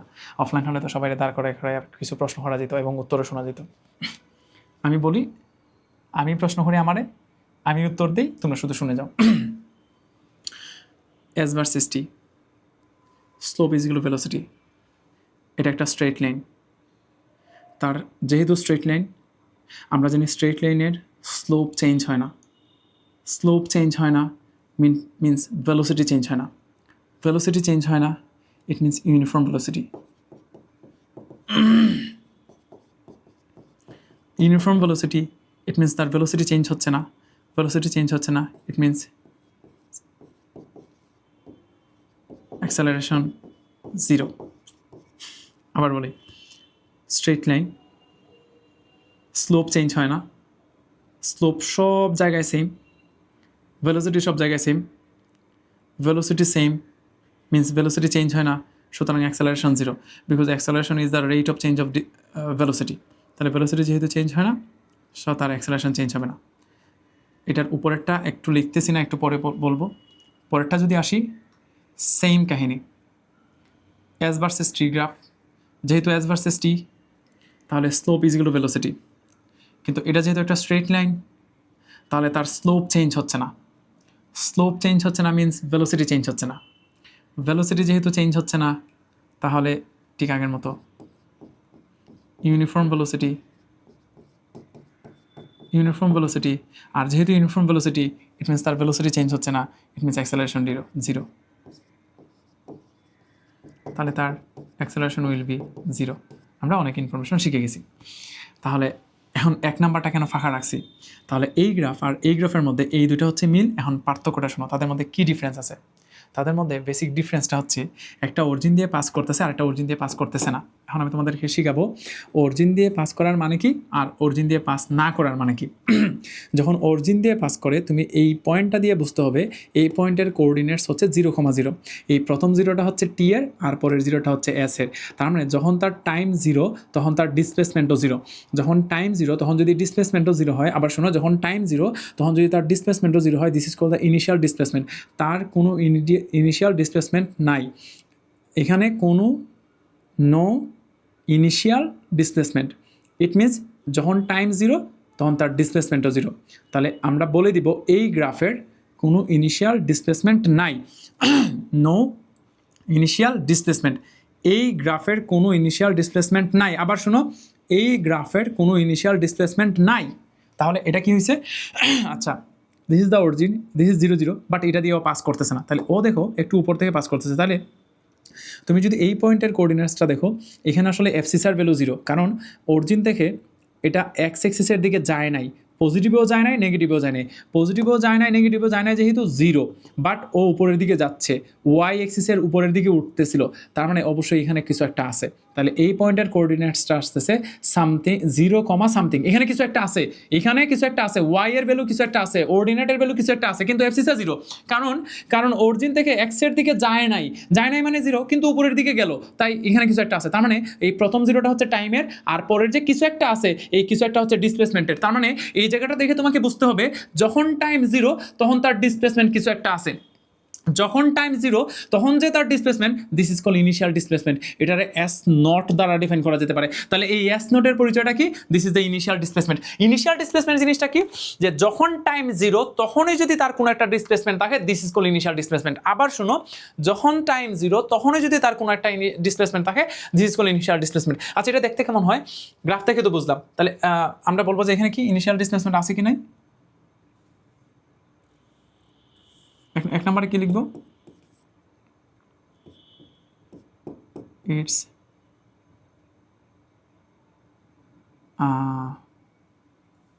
আচ্ছা, জাস্ট সিম্পলি লিখে ফেলি, নো ইনিশিয়াল ডিসপ্লেসমেন্ট। হ্যাঁ, no initial displacement, no initial displacement. আচ্ছা, this has some initial displacement which is s naught. তাহলে এটার ইনিশিয়াল ডিসপ্লেসমেন্ট নাই, কারণ এটা অরিজিন থেকে পাস করতেছে। অরিজিন ইজ 0 0, যখন টাইম 0 তখন ডিসপ্লেসমেন্টও 0, আর এটা অরিজিন দিয়ে পাস করতেছে না, এটা একটা ইনিশিয়াল ডিসপ্লেসমেন্ট আছে। আচ্ছা, ইনিশিয়াল ডিসপ্লেসমেন্ট থাকে অথবা থাকে না, এটা আসলে এটার সাথে তোমরা খুব বেশি পরিচিত না। সো আমি একটা জিনিস বুঝাই তোমাদেরকে। ধরে নিচ্ছি এটা হচ্ছে A point, this is the origin. এইসব বাদ দাও, এখানে একটা কাহিনী শোনো। একজন ব্যক্তি এ পয়েন্ট থেকে রওনা দিল, ও এ পয়েন্ট থেকেই টাইমও কাউন্ট করতেছে, ডিসপ্লেসমেন্টও কাউন্ট করতেছে। তাহলে যখন টাইম 0 তখন তার ডিসপ্লেসমেন্টও 0, মানে এখান থেকেই ও কাউন্ট শুরু করতেছে। এখানে টাইমও 0, এখানে ডিসপ্লেসমেন্টও 0। তাহলে একটু একটু করে যাচ্ছে, like 1 second 2 metre, 2 second 4 metre, 3 second 10 metre, 5 second মানে ধরো না টাইমও যাচ্ছে ডিসপ্লেসমেন্টও যাচ্ছে। তাহলে এই যে ঘটনাটা দেখতে পাচ্ছ, এখানে আসলে কোনো ইনিশিয়াল ডিসপ্লেসমেন্ট নাই। যখন টাইম 0 ধরা হয়েছে তখন তার ডিসপ্লেসমেন্টও 0 ধরা হয়েছে। কিন্তু পরেরটার কথা চিন্তা করো, পরের একটা সিনারিও শোনো, তাহলে বুঝতে পারবো পার্থক্যটা কোন জায়গায়। ধরে নাও এক ব্যক্তি এ থেকে রওনা দিছে, এখান থেকেই ওর ডিসপ্লেসমেন্ট কাউন্ট করা স্টার্ট করছে। তাহলে এখানে displacement 0, 1 metre, 2 metre, 3 metre. 3 metre আসার পর এই বি পয়েন্টে আসার পর তার মনে হয়েছে যে ও আসলে টাইম কাউন্ট করতে ভুলে গেছে, টাইম কাউন্ট করা শুরু করছে না, মানে টাইম কাউন্ট ডাউন শুরু করছে না, ও বি পয়েন্টে চলে আসছে। তাহলে শুরু করছে কোথা থেকে? এস পয়েন্ট থেকে। কোথায় আসলো? বি পয়েন্টে। বি পয়েন্টে আসার পর ওর মনে হয়েছে যে ও টাইম কাউন্ট করছে না, এখনও টাইম কাউন্ট করা স্টার্ট করছে। তাহলে এখানে টাইম কত? 0, যেহেতু এখান থেকে মাত্র শুরু করবে 0, তারপরে ধরে নাও 1 সেকেন্ড, কিন্তু তার অলরেডি 3 মিটার ডিসপ্লেসমেন্ট হয়ে গেছে। তাহলে একটু খেয়াল করে দেখো তো, এই যে এই ব্যক্তি এ থেকে ডিসপ্লেসমেন্ট কাউন্ট করা ঠিকই স্টার্ট করছে, করার পর বি পয়েন্টে চলে আসছে। বি পয়েন্টে আসার পর মনে হয়েছে টাইম কাউন্ট করতেছে, করে নাই, এখন নতুন করে ও টাইম কাউন্ট করা স্টার্ট করছে, কিন্তু অলরেডি তো তার একটা ডিসপ্লেসমেন্ট চলে আসছে। This is call the initial displacement which is s naught. তাহলে এই যে একটা ইনিশিয়াল ডিসপ্লেসমেন্ট পাওয়া গেল, এই সিনারিওর ক্ষেত্রে একটা ইনিশিয়াল ডিসপ্লেসমেন্ট থাকবে। খুবই গুরুত্বপূর্ণ, খুবই গুরুত্বপূর্ণ। এই জায়গাটা আসলে এস নট ডিফাইন করে। আচ্ছা একটু দেখো তো, আমি যদি একটা পয়েন্টের কোঅর্ডিনেটস বলতাম 0,2, তাহলে তুমি কি বুঝতাম যে ফার্স্টে এক্স এক্সিসের দিকে যাবে না, মানে তার এফসিসা 0, আর অর্ডিনেট 2 হবে, তাহলে এক্স এক্সিসের দিকে যাবে না, তখন তার অর্ডিনেট 2 হবে, তাহলে এটা তো 0, সামথিং। তাহলে এই যে যখন টাইম 0 তখন তার ডিসপ্লেসমেন্ট কিছু একটা আছে, দিস ইজ কোন ইনিশিয়াল ডিসপ্লেসমেন্ট। আই হোপ এতটুকু বুঝে গেছি। তাহলে এই দুইটা গ্রাফের মধ্যে ডিফারেন্স কোথায়? অরিজিন দিয়ে পাস করলে ইনিশিয়াল ডিসপ্লেসমেন্ট নাই, অরিজিন দিয়ে পাস না হলে একটা ইনিশিয়াল ডিসপ্লেসমেন্ট থাকবে। আর তাদের মধ্যে সিমিলারিটি হচ্ছে দুইটাই যেহেতু straight line, it means slope change হবে না, মিনস ভেলোসিটি চেঞ্জ হবে না, মিনস ইউনিফর্ম ভেলোসিটি। আর ইউনিফর্ম ভেলোসিটি মানে অ্যাক্সেলারেশন 0। আচ্ছা এই গ্রাফটা নিয়ে কথা বলি, এখন আর বেশি সময় লাগবে না, তোমরা কিছু জিনিস বুঝে গেছো। হ্যাঁ, আমরা বেসিক ইনফরমেশন বুঝে গেছি, তো এখন দেখবা যে খুব দ্রুত শেষ হয়ে যাবে। সবাই একটু বলবা প্লিজ, এটা কি ভার্সেস কি গ্রাফ? তাড়াতাড়ি 3 নাম্বারটা কি ভার্সেস কি গ্রাফ? এটা এস ভার্সেস টি, এটা এস ভার্সেস টি। যেহেতু গ্রাফটা হচ্ছে এস ভার্সেস টি, তাহলে তার স্লোপ কি ডিফাইন করে? যেহেতু এটা এস ভার্সেস টি, ইট means slope means velocity, slope means velocity, slope means velocity. তাহলে স্লোপ যেহেতু ভেলোসিটি, বলো এটা স্ট্রেট লাইন না কার্ভ লাইন? এটা কার্ভ লাইন। কার্ভ লাইন যেহেতু, তার মানে তার স্লোপ এভরি মোমেন্ট চেঞ্জ হচ্ছে, স্লোপ এভরি মোমেন্ট চেঞ্জ হচ্ছে। এখানে স্লোপ যা, এখানে সেম না, এখানে সেম না, এখানে সেম না। স্লোপ চেঞ্জ হচ্ছে মানেই তো, স্লোপ চেঞ্জ হচ্ছে মানেই তো ভেলোসিটি চেঞ্জ হচ্ছে। তার মানে তার ভেলোসিটি এভরি মোমেন্ট চেঞ্জ হচ্ছে। ভেলোসিটি চেঞ্জ হচ্ছে মানে আনইউনিফর্ম অ্যাক্সেলারেশন, সরি, আনইউনিফর্ম ভেলোসিটি। কেন আনইউনিফর্ম হয়েছে শোনো, কার্ভ লাইন, স্লোপ চেঞ্জ হচ্ছে মানেই তো ভেলোসিটি চেঞ্জ হচ্ছে, স্লোপ চেঞ্জ হওয়া মানেই তো ভেলোসিটি চেঞ্জ হওয়া, আর ভেলোসিটি চেঞ্জ হওয়া মানেই তো আনইউনিফর্ম ভেলোসিটি, মানে হ্যাজ সাম অ্যাক্সেলারেশন। হ্যাঁ, তার একটা অ্যাক্সেলারেশন আছে, তার একটা অ্যাক্সেলারেশনটা ইউনিফর্ম না আনইউনিফর্ম বোঝার দরকার নেই, অ্যাক্সেলারেশন আছে কিছু একটা। এবং এখানেও ইনিশিয়াল ডিসপ্লেসমেন্ট 0, এখানে কোনো ইনিশিয়াল ডিসপ্লেসমেন্ট নাই। কেন ইনিশিয়াল ডিসপ্লেসমেন্ট কেন? শোনো, এটা তো অরিজিন থেকে পাস করতেছে, অরিজিন থেকে পাস করার মানে কি এটা তোমরা বুঝো। তোমরা শুধু এটা বলবা এটা একটা কার্ভ লাইন, তার স্লোপ এভরি মোমেন্ট চেঞ্জ হচ্ছে, ইট মিনস ভেলোসিটি চেঞ্জ হচ্ছে, আনইউনিফর্ম ভেলোসিটি, ইট মিনস আনইউনিফর্ম ভেলোসিটি, তার মানে তার একটা অ্যাক্সেলারেশন আছে। আই হোপ বুঝে গেছি। আচ্ছা পরের অংশটাতে যাই। পরের অংশটাতে এটা একটু ব্যতিক্রমী, আমি দেখাতে চাচ্ছি যে ধরে নাও এরকম একটা কিছু একটা আছে, যে প্রথমে এই পয়েন্টে গেল, তারপর স্ট্রেট গেল, তারপর আবার এটা এটা স্ট্রেট গেল, স্ট্রেট যাওয়ার পর ধরো এটা আবার নিচে নেমে গেছে। হ্যাঁ, এরকম কিছু একটা, এই যে নিচে নেমে গেছে।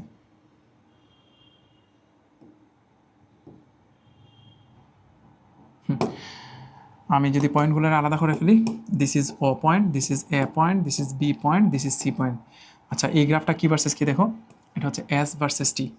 এস ভার্সেস টি যেহেতু, তাহলে ফার্স্টে তোমাকে যেটা বলতে হবে, slope is equal to velocity. এটা আগে লিখে রাখো, slope is equal to velocity. হ্যাঁ, slope is equal to velocity, যেহেতু এস ভার্সেস টি। এখন এখানে আসলে ও এ অংশটা নিয়ে কথা বলে লাভ নাই,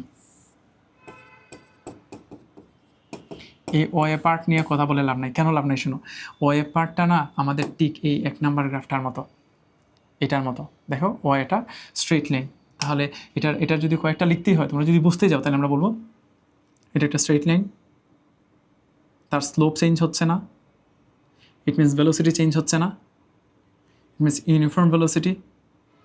আর যেহেতু ইউনিফর্ম ভেলোসিটি, তাহলে কোনো অ্যাক্সেলারেশন নাই, তাহলে এই পার্ট ইউনিফর্ম ভেলোসিটি, অ্যাক্সেলারেশন 0, এবং একই সাথে ইনিশিয়াল ডিসপ্লেসমেন্ট নাই। এটা তো ঠিক আগেরটার মতো, নতুন করে শেখার কিছু নাই। চলো আমরা এই পার্টটা নিয়ে একটু কথা বলি। অনেকে অনেক কিছু বলবা, আমি আর এসবে অন্য কিছু বলতে যাচ্ছি না, ডিরেক্ট আমরা পয়েন্টে চলে যাই। This is a straight line which is parallel to x Axis, slope 0, velocity 0, কারণ স্লোপ মানে ভেলোসিটি।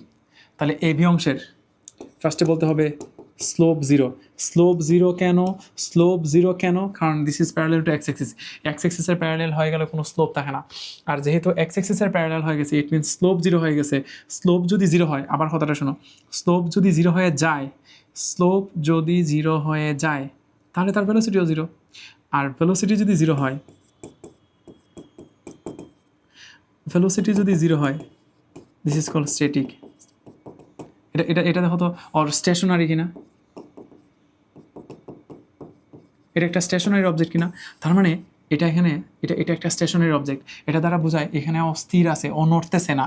এটা অবশ্য অন্যভাবে বোঝানো যায়, দেখো তো এটা বুঝে যাও কিনা।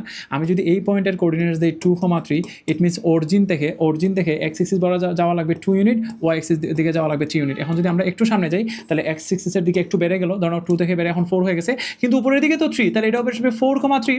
যদি এখানে যাই তাহলে ধরো 7,3।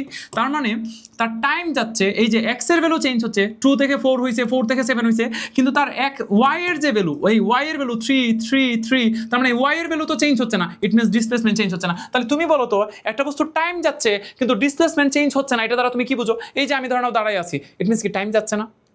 টাইম কি বসে আছে আমার জন্য? নো, টাইম তো যাচ্ছে, কিন্তু ডিসপ্লেসমেন্ট, আমি যেহেতু এক জায়গায় দাঁড়ায় আছি, নো। এটা হচ্ছে এই জায়গাটা। সবচেয়ে ঝামেলার হচ্ছে এরপরের কেসটা, এটা পর্যন্ত অনেকে ধরে ফেলে বা বুঝে যায়, কিন্তু এরপরেরটাতে ঝামেলা। ধরো এটা এ, এটা বি, এটা সি। তাহলে বিসি অংশটারে তুমি কিভাবে ডিফাইন করবা? বিসি অংশটা আসলে কি? আচ্ছা চলো আমরা এভাবে যদি বলি, বিসি অংশটা তো স্ট্রেট লাইন, তার অবশ্যই একটা স্লোপ আছে এবং স্লোপ চেঞ্জ হচ্ছে না,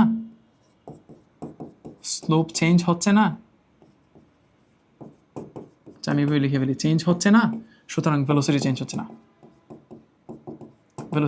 না, কারণ স্লোপ মানে তো ভেলোসিটি।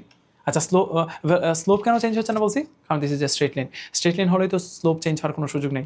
তাহলে যেহেতু এটা স্ট্রেট লাইন, তার স্লোপ চেঞ্জ হচ্ছে না, আর স্লোপ চেঞ্জ না হলে তার ভেলোসিটিও চেঞ্জ হচ্ছে না। তার মানে এই জায়গাটার তুমি আর অ্যাক্সেলারেশন, নেগেটিভ অ্যাক্সেলারেশন এসব নিয়ে আসার কোনো সুযোগ নেই। তার স্লোপ চেঞ্জ হচ্ছে না মানে ভেলোসিটি চেঞ্জ হচ্ছে না। কিন্তু ঝামেলা হইতেছে গিয়া এখানে না স্লোপটা নেগেটিভ, এটা তোমাদের বলতে ভুলে গেছিলাম, সরি। কি নেগেটিভ? শোনো, কোনো একটা লাইন যদি আপওয়ার্ড হয়, এই যে দেখো ওয়াই অংশ আপওয়ার্ড, তাহলে তার স্লোপ হচ্ছে পজিটিভ, তাহলে এখানে স্লোপ পজিটিভ, কিন্তু এখানে স্লোপটা হচ্ছে নেগেটিভ, কারণ এটা ডাউনওয়ার্ড। আর আরও যদি একটু ইনডেপথে বুঝতে যাবো যে ভাই স্লোপ নেগেটিভ কেন হলো, আচ্ছা দেখো তো এখানে ওয়াই এর যে ভ্যালুটা, এটা কি ইনক্রিজ করতেছে না ডিক্রিজ করতেছে? এটা তো ডিক্রিজ করতেছে, কারণ এটা তো ডাউনওয়ার্ড। ওয়াই এর ভ্যালু উপরে উঠলে না বাড়ে, নিচে নামলে তো এটা কমে যায়। তাহলে এখানে এক্স এর ভ্যালুটি কি বাড়তেছে, কিন্তু ওয়াই এর ভ্যালুটা মানে উপরে না উঠে এটা নিচে নেমে যাচ্ছে। That's why the slope will B negative. কারণ স্লোপের পরিচয়টা ছিল এক্সের ভ্যালু যদি আমরা ইউনিট চেঞ্জ করি তাহলে ওয়াইয়ের ভ্যালু যতটুকু চেঞ্জ হবে, দিস ইজ কল্ড স্লোপ। তাহলে আমরা এখন এমন একটা জিনিস নিয়ে কথা বলতেছি, এখানে এক্সের ভ্যালু ঠিকই বাড়তেছে কিন্তু ওয়াই না বেড়ে কমে যাচ্ছে। সহজ কথায়, এত ঝামেলায় যদি না যেতে চাও, কোনো একটা লাইন যদি আপওয়ার্ড হয় this will B positive, and যখন এটা ডাউনওয়ার্ড হবে slope will B negative. Simple. কারণ তার নিচে নামার মানে হচ্ছে ওয়াই ইনক্রিজ করবে না, ওয়াই ডিক্রিজ করবে। আই হোপ এতটুকু আমরা বুঝে গেছি। এখন আবার বিসি নিয়ে একটু কথা বলেছিলাম।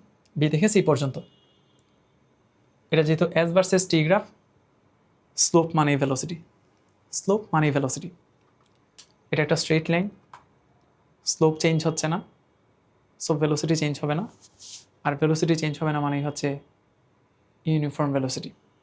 তাহলে এই জায়গাটা ইউনিফর্ম ভেলোসিটি, কিন্তু ভেলোসিটিটা নেগেটিভ, এবং ভেলোসিটি নেগেটিভ মানে নেগেটিভ অ্যাক্সেলারেশন এসব নিয়ে আইসো না প্লিজ। ভেলোসিটি নেগেটিভ মানে তার ডিরেকশনটা উল্টা। তোমরা জানো কি না, velocity is a vector quantity, এবং এইরকম ভেক্টর কোয়ান্টিটির ক্ষেত্রে প্লাস দিয়ে যা বোঝায়, মাইনাস দিয়ে তার ডিরেকশনটা ঠিক উল্টা বোঝায়। তার মানে কোনো একটা অবজেক্ট যে ডিরেকশনে যাচ্ছে, যে কোনো একটা ডিরেকশনে যদি প্লাস ধরা হয়, এটা যখন ঠিক অপোজিট ডিরেকশনে যাবে তখন এটা নেগেটিভ ধরতে হবে। তাহলে আমরা যদি এই অংশটারে বলি পজিটিভ, তাহলে যখন এদিকে ব্যাক করতেছে তখন এটা বলতে হবে নেগেটিভ।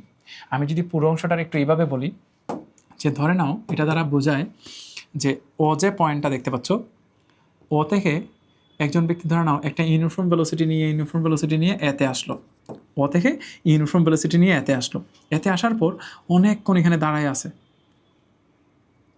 এই যে অনেকক্ষণ দাঁড়ায় আস্তে আস্তে আস্তে আস্তে বি পয়েন্টে চলে আসলো। বি পয়েন্টে মানে বোঝাচ্ছি টাইম যাচ্ছে কিন্তু ডিসপ্লেসমেন্ট যাচ্ছে না, এটাই বি, এটাই এ, এটাই বি, ডিসপ্লেসমেন্ট হচ্ছে না। তাহলে ও থেকে এতে গেল, এতে যে অনেকক্ষণ দাঁড়ায় আছে, আবারও এ থেকে ওতে ফিরে আসলো।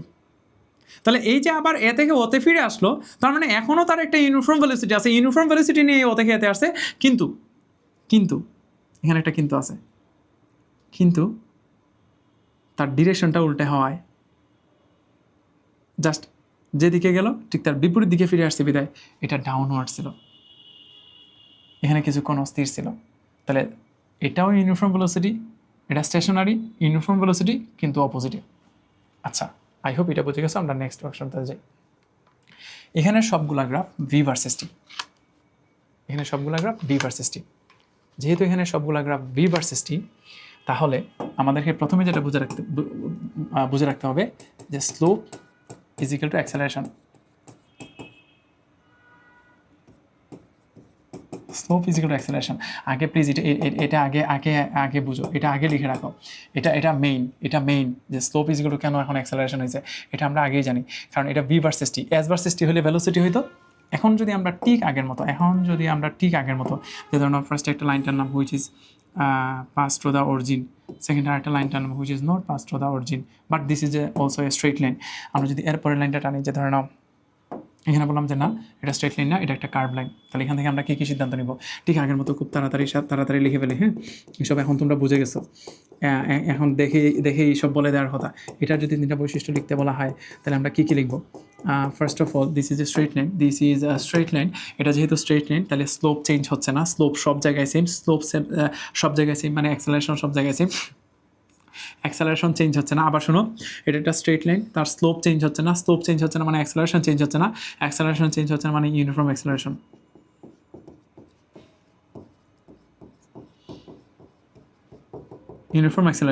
আর ইউনিফর্ম অ্যাক্সেলারেশন মানে ইউনিফর্ম ভেলোসিটি। শুনো, যখন অ্যাক্সেলারেশন থাকবে তখন তো আর ভেলোসিটি ইউনিফর্ম হওয়ার কোনো সুযোগ নাই, কারণ অ্যাক্সেলারেশনের মানেই হচ্ছে the change of velocity, the rate of change of velocity. তাহলে এটা যেহেতু the rate of change of velocity, তার ভেলোসিটি চেঞ্জ হবেই। এখন অ্যাক্সেলারেশনটা ইউনিফর্ম অথবা আনইউনিফর্ম যাই হোক না কেন, যখনই অ্যাক্সেলারেশন থাকবে ভেলোসিটি আনইউনিফর্ম।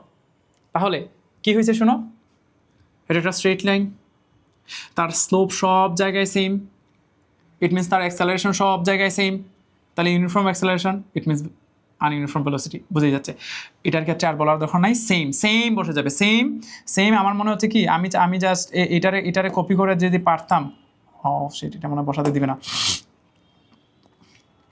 সেম এই জিনিসটা এখানে লিখে ফেলবো।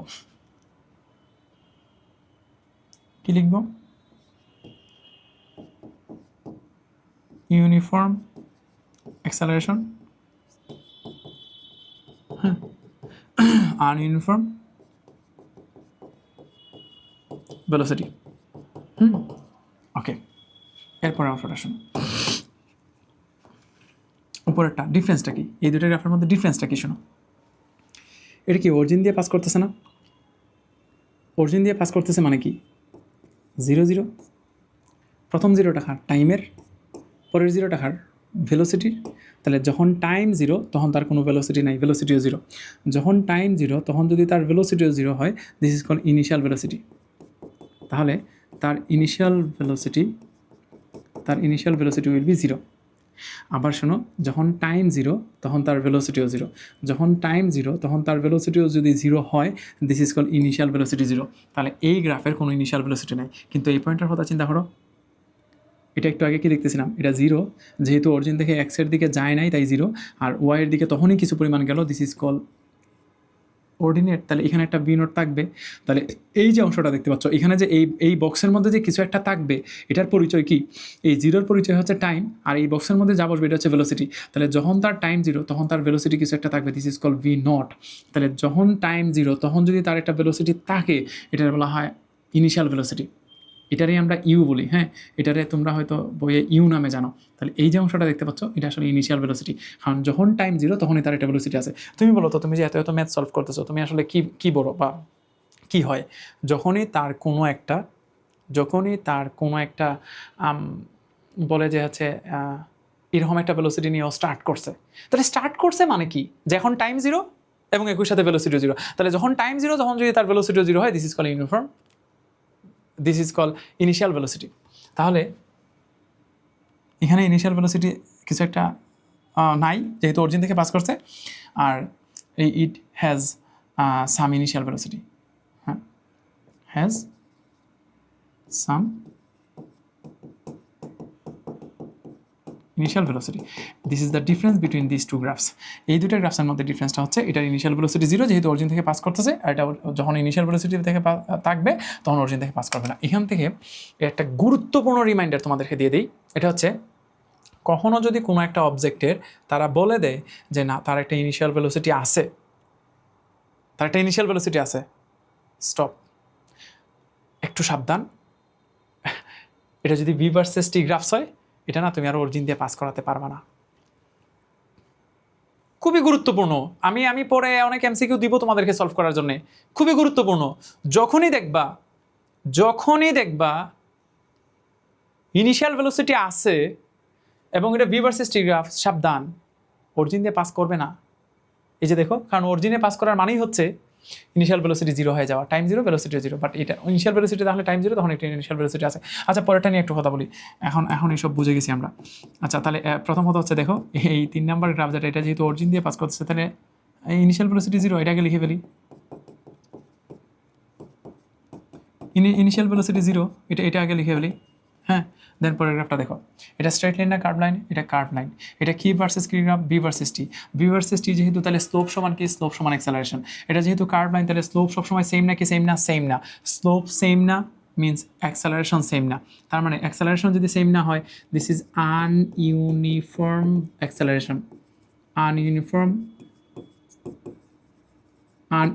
অ্যাক্সেলারেশন। এবং একই সাথে যেহেতু এখানে একটা অ্যাক্সেলারেশন আছে, ইট মিনস আনইউনিফর্ম ভেলোসিটি। শোনো, তোমাদেরকে কি বলা হয়েছে, যদি অ্যাক্সেলারেশন থাকে, এটা হোক ইউনিফর্ম অথবা আনইউনিফর্ম, ভেলোসিটি আছে মানেই তো, অ্যাক্সেলারেশন আছে মানেই তো এটা আনইউনিফর্ম অ্যাক্সেলারেশন ভেলোসিটি। অ্যাক্সেলারেশন যখনই থাকবে, এটা হোক ইউনিফর্ম অথবা আনইউনিফর্ম, ভেলোসিটিটা আর ইউনিফর্ম হতে পারবে না, দিস উইল বি আনইউনিফর্ম ভেলোসিটি। আশা করি এতটুকু বুঝে গেছো। পরের গ্রাফটা, এটা তো খুবই গুরুত্বপূর্ণ, এটা তো পরীক্ষায় বারবার আসতেছে, ওই যে আগেরটার মতোই, মনে আছে? এই যে দেখো, দেন স্ট্রেইট,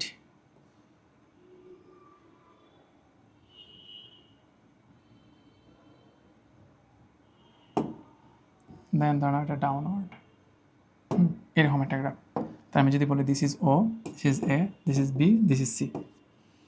আচ্ছা, তোমাদের একটা সুন্দর একটা গল্প বলা দরকার। আমি যখন 9-10-এ ছিলাম, আমি যখন 9-এ ছিলাম, ফার্স্টে যখন আমি গ্রাফ দেখি, তখন আমি আসলে বুঝতাম না এতটা, আমি আসলে এতটাও ভালো স্টুডেন্ট ছিলাম না, একটু বুঝতাম আর কি, খুব বেশি বুঝতাম না। তো গ্রাফ নিয়ে আমার বিশাল প্যারা লাগতো, গ্রাফ আসলে আমি বুঝতাম না। তখন আমি যখন কোনো গ্রাফ দেখতাম এমন, যেন এটা এইভাবে গেল, তারপর ওই যে এখন যেটা, তারপর এবার নিচে নামলো, আমার মাথায় সিম্পলি ঘুরতো কি জানো, যে একটা গাড়ি সোজা উপরে উঠতেছে, তারপর স্ট্রেইট একটা রাস্তায় যাবে, তারপরে আবার সোজা নিচে নেমে যাবে। আমি এটাই বুঝতাম। সো এখান পর্যন্ত ঠিকঠাক আছে। তো বাট আমার এটারও অদ্ভুত লাগতো, যে এই যে যখন দেখতাম যে হচ্ছে এইরকম কিছু একটা, যে আমি বলতাম যে ও আসলে চাচ্ছেটা কি, ও এমন করতেছে কেন, ও তো শুধু উপরে উঠতেছে, ও তো দেখা যায় যে গাড়ি না হয়ে কেমন জানি হেলিকপ্টারের মতো হয়ে যাচ্ছে, তাহলে এটা এমন এমন উপরে উঠতেছে কেন? কিন্তু আসলে এটা এমন কোনো কিছুই ডিফাইন করে না, এটা দ্বারা তার গতিপথ বোঝায় না, যে ও এটা যেদিকে লাইন টানা হয়েছে ও এইদিকে যাচ্ছিল, এটা মোটেও এমন কিছু না। আবার বলতেছে এটা মোটেও এমন কিছু না। তাহলে এটা আসলে কি বোঝায়, চলো এই জায়গাটা একটু দেখি। এটা ভি ভার্সেস টি গ্রাফ। হ্যাঁ, যেহেতু ভি ভার্সেস টি, তাহলে প্রত্যেকটা জায়গায় slope is equal two acceleration. এটাকে মাথায় রাখো, slope is equal two acceleration, slope is equal two acceleration. তাহলে ওই অংশ নিয়ে আসলে আমার কিছু বলার নাই, এটা অলরেডি শেখানো হয়ে গেছে।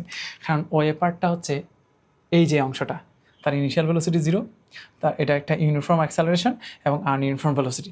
এবং আমরা যদি লাস্টের পার্টটা নিয়ে কথা বলি, বিসি যেটা দেখতে পাচ্ছ, এটাও সেম, বিসি পার্টেও সেম। কী হবে দেখো তো, এটা একটা স্ট্রেইট লাইন, তার মানে তার স্লোপ চেঞ্জ হচ্ছে না।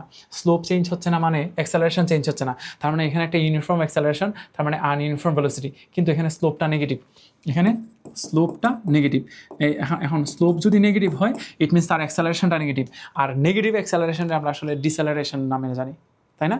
তাহলে এখানে আসলে তার ভেলোসিটি একটু করে ডিক্রিজ করতেছিল, বিকজ দিস ইজ ডিসেলারেশন। তাহলে এই যে ভেলোসিটিটা একটু করে ডিক্রিজ করতে ফাইনালি যেটা হয়েছিল, এটার ভেলোসিটি আসলে জিরো হয়ে গেছিলো। এই যে এক্স এক্সিসের উপরে যখন কোনো পয়েন্ট নিব, এটা শিওর সামথিং কমা জিরো হয়ে যাবে। তার মানে এক্সের একটা ভ্যালু মানে এফসিসা থাকবে, কিন্তু ওয়াই এর ভ্যালুটা জিরো হয়ে যাবে। আর ওয়াইটা জিরো হয়ে যাওয়ার মানে ভেলোসিটি জিরো হয়ে যাওয়া, তার মানে শেষমেশ তার ভেলোসিটিটা আসলে জিরো হয়ে গেছিলো। আর ভেলোসিটি জিরো হয়ে গেছিলো মানে এটা স্টপ হয়ে গেছিলো। তাহলে আবার শোনো, এটার স্লোপ নেগেটিভ, ইট মিনস তার acceleration negative, it means deceleration, but this is uniform deceleration. তাহলে এই জায়গাটা uniform deceleration but ununiform velocity. এই যে বললাম অ্যাক্সেলারেশন আছে মানেই তো ভেলোসিটিটা চেঞ্জ হচ্ছে। বাট সবচেয়ে গুরুত্বপূর্ণ যে পার্টটা এটা হচ্ছে এবি পার্টটুকু করে তোমরা চিনতেছো কিনা। আমরা যদি এবি পার্টটুকু নিয়ে কথা বলি, তোমরা কি বুঝতেছো this is a straight line which is parallel to x axis. তাহলে এক্স অ্যাক্সিসের প্যারালাল যখন কোনো লাইন টানবো তাহলে first of all the slope of this line will be zero. তাহলে স্লোপ যেহেতু জিরো তাহলে অ্যাক্সেলারেশনও will be zero, acceleration will be zero. তাহলে অ্যাক্সেলারেশন জিরো, অ্যাক্সেলারেশন জিরো মানেই তো হচ্ছে ইউনিফর্ম ভেলোসিটি। তাহলে ইউনিফর্ম ভেলোসিটি। তাহলে আমাদেরকে যদি এই অংশটুকুর মানে এবি পার্টটুকুর কিছু বৈশিষ্ট্য লিখতে বলে তাহলে ফার্স্টে বলবো তার slope zero, acceleration zero, uniform velocity. এবং এটা যেহেতু ইউনিফর্ম ভেলোসিটি তাহলে ও এস ইজিক্যাল টু ভিটি এই ফর্মুলাটা আসলে ফলো করবে, এস ইজিক্যাল টু ভিটি এই ফর্মুলাটা আসলে ফলো করবে। এবং তার প্রত্যেকটা পয়েন্টের যে ভেলোসিটি এটা হচ্ছে ভি। আরও এটারে সুন্দরভাবে বোঝা যায়। আমি কয়েকটা পয়েন্ট নিই, তুমি একটু ভালো করে দেখো তো। ধরো এটা এ পয়েন্ট, এটা ধরে নাও আচ্ছা সি যেহেতু এটা হয়ে গেছে, এটা ডি পয়েন্ট, এটা হচ্ছে বি পয়েন্ট। তোমরা একটু ভালো করে খেয়াল করে দেখবা এই যে এ পয়েন্ট তার ওয়াই এর ভ্যালু যত মানে এই ওয়াই এক্সিস থেকে উপরের দিকে যতটুকু ওটা লাগে এটা যদি কোনো কারণে 7 ইউনিট হয় তাহলে এইদিকেও তো 7 ইউনিট, তাহলে এইদিকেও তো 7 ইউনিট। এখন উপরের দিকে যতটুকু উঠতে হয় this is the value of V, তাহলে দিস ইজ দ্য ভেলোসিটি। তাহলে বোঝাই যাচ্ছে তার ভেলোসিটি চেঞ্জ হচ্ছে না। তাহলে এই এ ডি এবং বি মানে এই পুরো লাইনের উপর যতটা পয়েন্ট আছে প্রত্যেকটা পয়েন্টের এক্স এর ভ্যালু চেঞ্জ হচ্ছে। আমরা একটু একটু করে সামনে আগাচ্ছি, টাইম চেঞ্জ হচ্ছে, টাইম চেঞ্জ হতেই হবে। আবার টাইম কারোর জন্য ওয়েট করে না, টাইম চেঞ্জ হবেই। বাট মোস্ট ইম্পর্টেন্ট হতে যেটা তার ভেলোসিটিটা চেঞ্জ হচ্ছে না, 777। তার মানে প্রত্যেকটা পয়েন্টে তার ভেলোসিটিটা সেম আছে। This is call uniform velocity. তাহলে এখানে কোনো অ্যাক্সেলারেশন নাই, ইউনিফর্ম ভেলোসিটি। আই হোপ এতটুকু বুঝে গেছো। এই ছিল গ্রাফ সম্পর্কিত যত কথা। আমার মনে হয় না যে তোমরা যদি এই স্লোপ দিয়ে কোনো কিছুর এক্সপ্লেন করতে পারো আর কোনো কিছু তোমাদের অপরিচিত থাকবে। প্রত্যেকটা জিনিস আমরা এক্সপ্লেন করতে পারবো। আচ্ছা, এখন তোমাদের একটা লাইন আসলে আমি বুঝাইছিলাম না, ওটা একটু বুঝাই দিতে হবে। ওই জিনিসটা ছিল যে সরি কি করতেছি আমি, একটা লাইন ফেলে আসছিলাম মনে আছে, বলছিলাম লাস্টে শিখাবো। এটা না এটা আমি বুঝে গেছি। একদম লাস্টেরটা দেখো। The area of V versus t graph refers displacement. যদি ভি ভার্সেস টি গ্রাফ হয় তুমি যদি তার এরিয়া বের করতে পারো this will refer the displacement. আচ্ছা, এটা কীভাবে হলো এটা একটু দেখাতে যাচ্ছে যে এটা কীভাবে ডিসপ্লেসমেন্ট হয়ে যায়, ভি ভার্সেস টি হলে কীভাবে ডিসপ্লেসমেন্ট হয়ে যায়। এই জায়গাটা একটু খেয়াল করো, আমি এটা একটু মুছে দিই। তোমাদের পরীক্ষায় কি আসতেছে বারবার, পরীক্ষায় কিন্তু আসতেছে বারবার এই যে ধরে নাও এটা তো ভি ভার্সেস টি, দেখবে তারা এদিকে দিয়ে দেয় this is 10, this is the velocity, এটা যেহেতু ভি, এটা ধরে নাও 5, এটা ধরে নাও 15, আর এটা ধরে নাও 20। হ্যাঁ, this is second, this is 0 second, this is the origin. এটা ধরে নাও ও, এটা এ, এটা বি, এটা সি। আচ্ছা, এখন তোমরা করতে করতে যেটা অলরেডি সবাই মুখস্থ করে বসে আসো, এটা হচ্ছে যে এইরকম একটা গ্রাফ দেওয়ার পর তারা যদি ডিসপ্লেসমেন্ট জানতে চায় যে টোটাল ডিসপ্লেসমেন্ট, তাহলে আমরা কি করি দেখো। ফার্স্টে তোমরা যেটা করবা ওয়ে পার্ট নিবা, হ্যাঁ ওয়ে পার্ট নিবা, ওয়ে পার্ট নিয়ে বলবা আমরা জানতাম s is equal to you plus B divided by 2 into হচ্ছে t. S is equal to you plus v by 2 into t, তোমরা সবাই তারে চিনো। তাহলে এই ওয়ে পার্টের জন্য ইনিশিয়াল ভেলোসিটি হতো, ইনিশিয়াল ভেলোসিটি হচ্ছে 0, ইনিশিয়াল ভেলোসিটি 0, ফাইনাল ভেলোসিটি হতো এখান থেকে এখানে আস্তে আস্তে 10 ডিভাইড বাই 2 ইন্টু টি। টি দেখো তো হতো এই 0 থেকে 5-এ আসতে মানে কি 5 সেকেন্ড, তাহলে দিস ইজ দ্য টাইম। এখন এই 2 দিয়ে যদি 10 কাটি 5 into 5 which will be 25 metre, this is the displacement. তাহলে কেউ যদি জাস্ট ও থেকে এতে আসে, এই ও থেকে এতে আসতে তার যে displacement this will be 25 metre. আচ্ছা, এখন যদি আমরা এবি পার্টটা নেই, এবি পার্টের জন্য ডিসপ্লেসমেন্ট কি জানি, S is equal to VT, this is S2, B হিসেবে নিলাম ভি কত দেখো তো, এই সব জায়গায় ভেলোসিটি কত 10, এই সব জায়গায় ওয়ের value 10, this will be 10 into টাইমের ভ্যালু কত দেখো, টাইম স্টার্ট হয়েছে 5 থেকে আর শেষ হয়েছে 15 এসে। আবার শোনো, 5 থেকে স্টার্ট হয়ে 15 এসে শেষ হয়েছে। তাহলে 5 থেকে স্টার্ট হয়ে 15 যায় যদি শেষ হয় তাহলে এই গ্যাপটা হচ্ছে 10 সেকেন্ডের, তাহলে 10 ইন্টু 10 হুইচ ইজ 100 মিটার। তাহলে S2 এ থেকে বি এই জায়গাটা হচ্ছে 100 মিটার। আচ্ছা, এখন যদি আমরা বিসির কথা চিন্তা করি, সেম আবার এখানে লিখে ফেলি BC, this will be S3 is equal to you plus B divided by 2 into হচ্ছে টি। এখানে ইউ হতো, ইউ হচ্ছে 10, ভি হচ্ছে 0/2, টাইমের ভ্যালু হতো।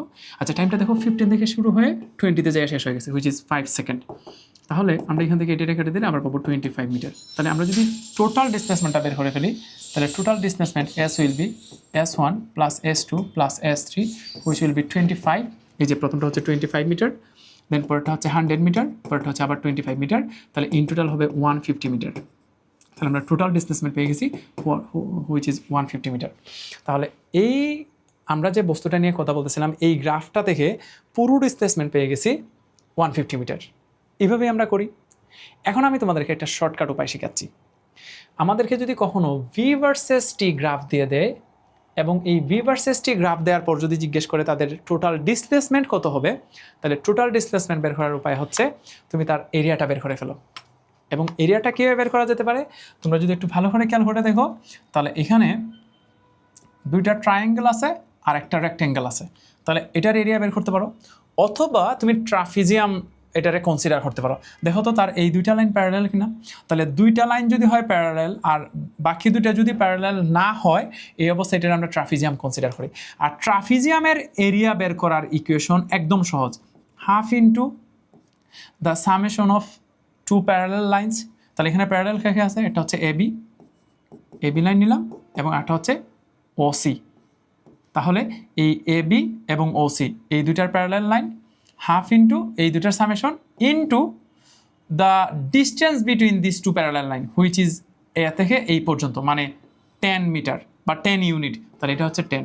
তাহলে দেখো ট্রাফিজিয়ামের এরিয়া কীভাবে বের করতে হয়, half into the summation of two parallel lines and the distance between two parallel lines.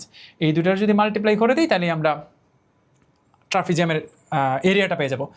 তাহলে এরিয়াটা কীভাবে বের করে দেখো, ও থেকে সি পর্যন্ত এই যে পুরো লাইনটা দেখতে পাচ্ছ, মানে এই লাইনটার লেন্থ হচ্ছে 20।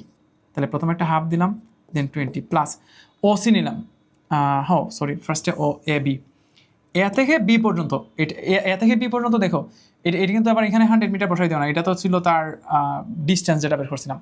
এ থেকে বি পর্যন্ত এই জায়গাটা দেখো, এটা হচ্ছে 5 থেকে স্টার্ট হয়ে 15 হুইচ ইজ 10 ইন্টু ওসি, ও থেকে সি পর্যন্ত, ও থেকে সি পর্যন্ত হুইচ ইজ 20। এই যে দেখো 0 থেকে স্টার্ট হয়ে 20 পর্যন্ত ওসি ইন্টু যে distance between this two parallel lines which is 10 unit. তাহলে 10। এখন জাস্ট একবার দেখো তো, 10 ইন্টু 20 হুইচ ইজ 30, 30 এর যদি 2 দ্বারা ডিভাইড করে দিই which is 15 into 10 which is 150 metre. Just 2 লাইনে আনসার চলে আসবে, এই যে 150 মিটার। এই যে আমাদের কিন্তু এত কিছু করে 150 মিটার চলে আসতেছিল। আমি বুঝাতে চাচ্ছি যদি ভি ভার্সেস টি হয় তুমি তার এরিয়া খুঁজে খুঁজে বের করো। এখন অলওয়েজ যে ট্রাফিজিয়াম হবে এমন না, এটা ট্রায়াঙ্গেল হতে পারে, এটা সার্কেল হতে পারে, এটা হাফ সার্কেল হতে পারে, যে কোনো কিছু হতে পারে। তোমার কাজ হচ্ছে যখনই ভি ভার্সেস টি গ্রাফ বলবে, তোমার কাজ হচ্ছে এটা দিয়ে তুমি এরিয়া বের করে ফেলো। এরিয়া যা আসবে this is the total displacement. এই হচ্ছে তার আনসার। এখন আমি আসলে আজকের ক্লাসটা আর লেন্দি করতে চাচ্ছি না, তোমরা গ্রাফের এই আইডিয়াগুলো প্লিজ নোট ডাউন করো।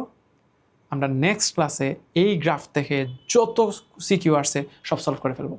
তুমি একটু খেয়াল করে দেখবা, এই চ্যাপ্টারের গ্রাফ আসলে খুবই গুরুত্বপূর্ণ। এই চ্যাপ্টার থেকে যেটা পরীক্ষায় বেশি আসে এটা হচ্ছে গ্রাফ। আশা করি সবাই এতটুকু বুঝছো। সবাই অনেক অনেক ভালো থাকো। তোমাদের সাথে দেখা হবে আমাদের পরবর্তী লেকচারে।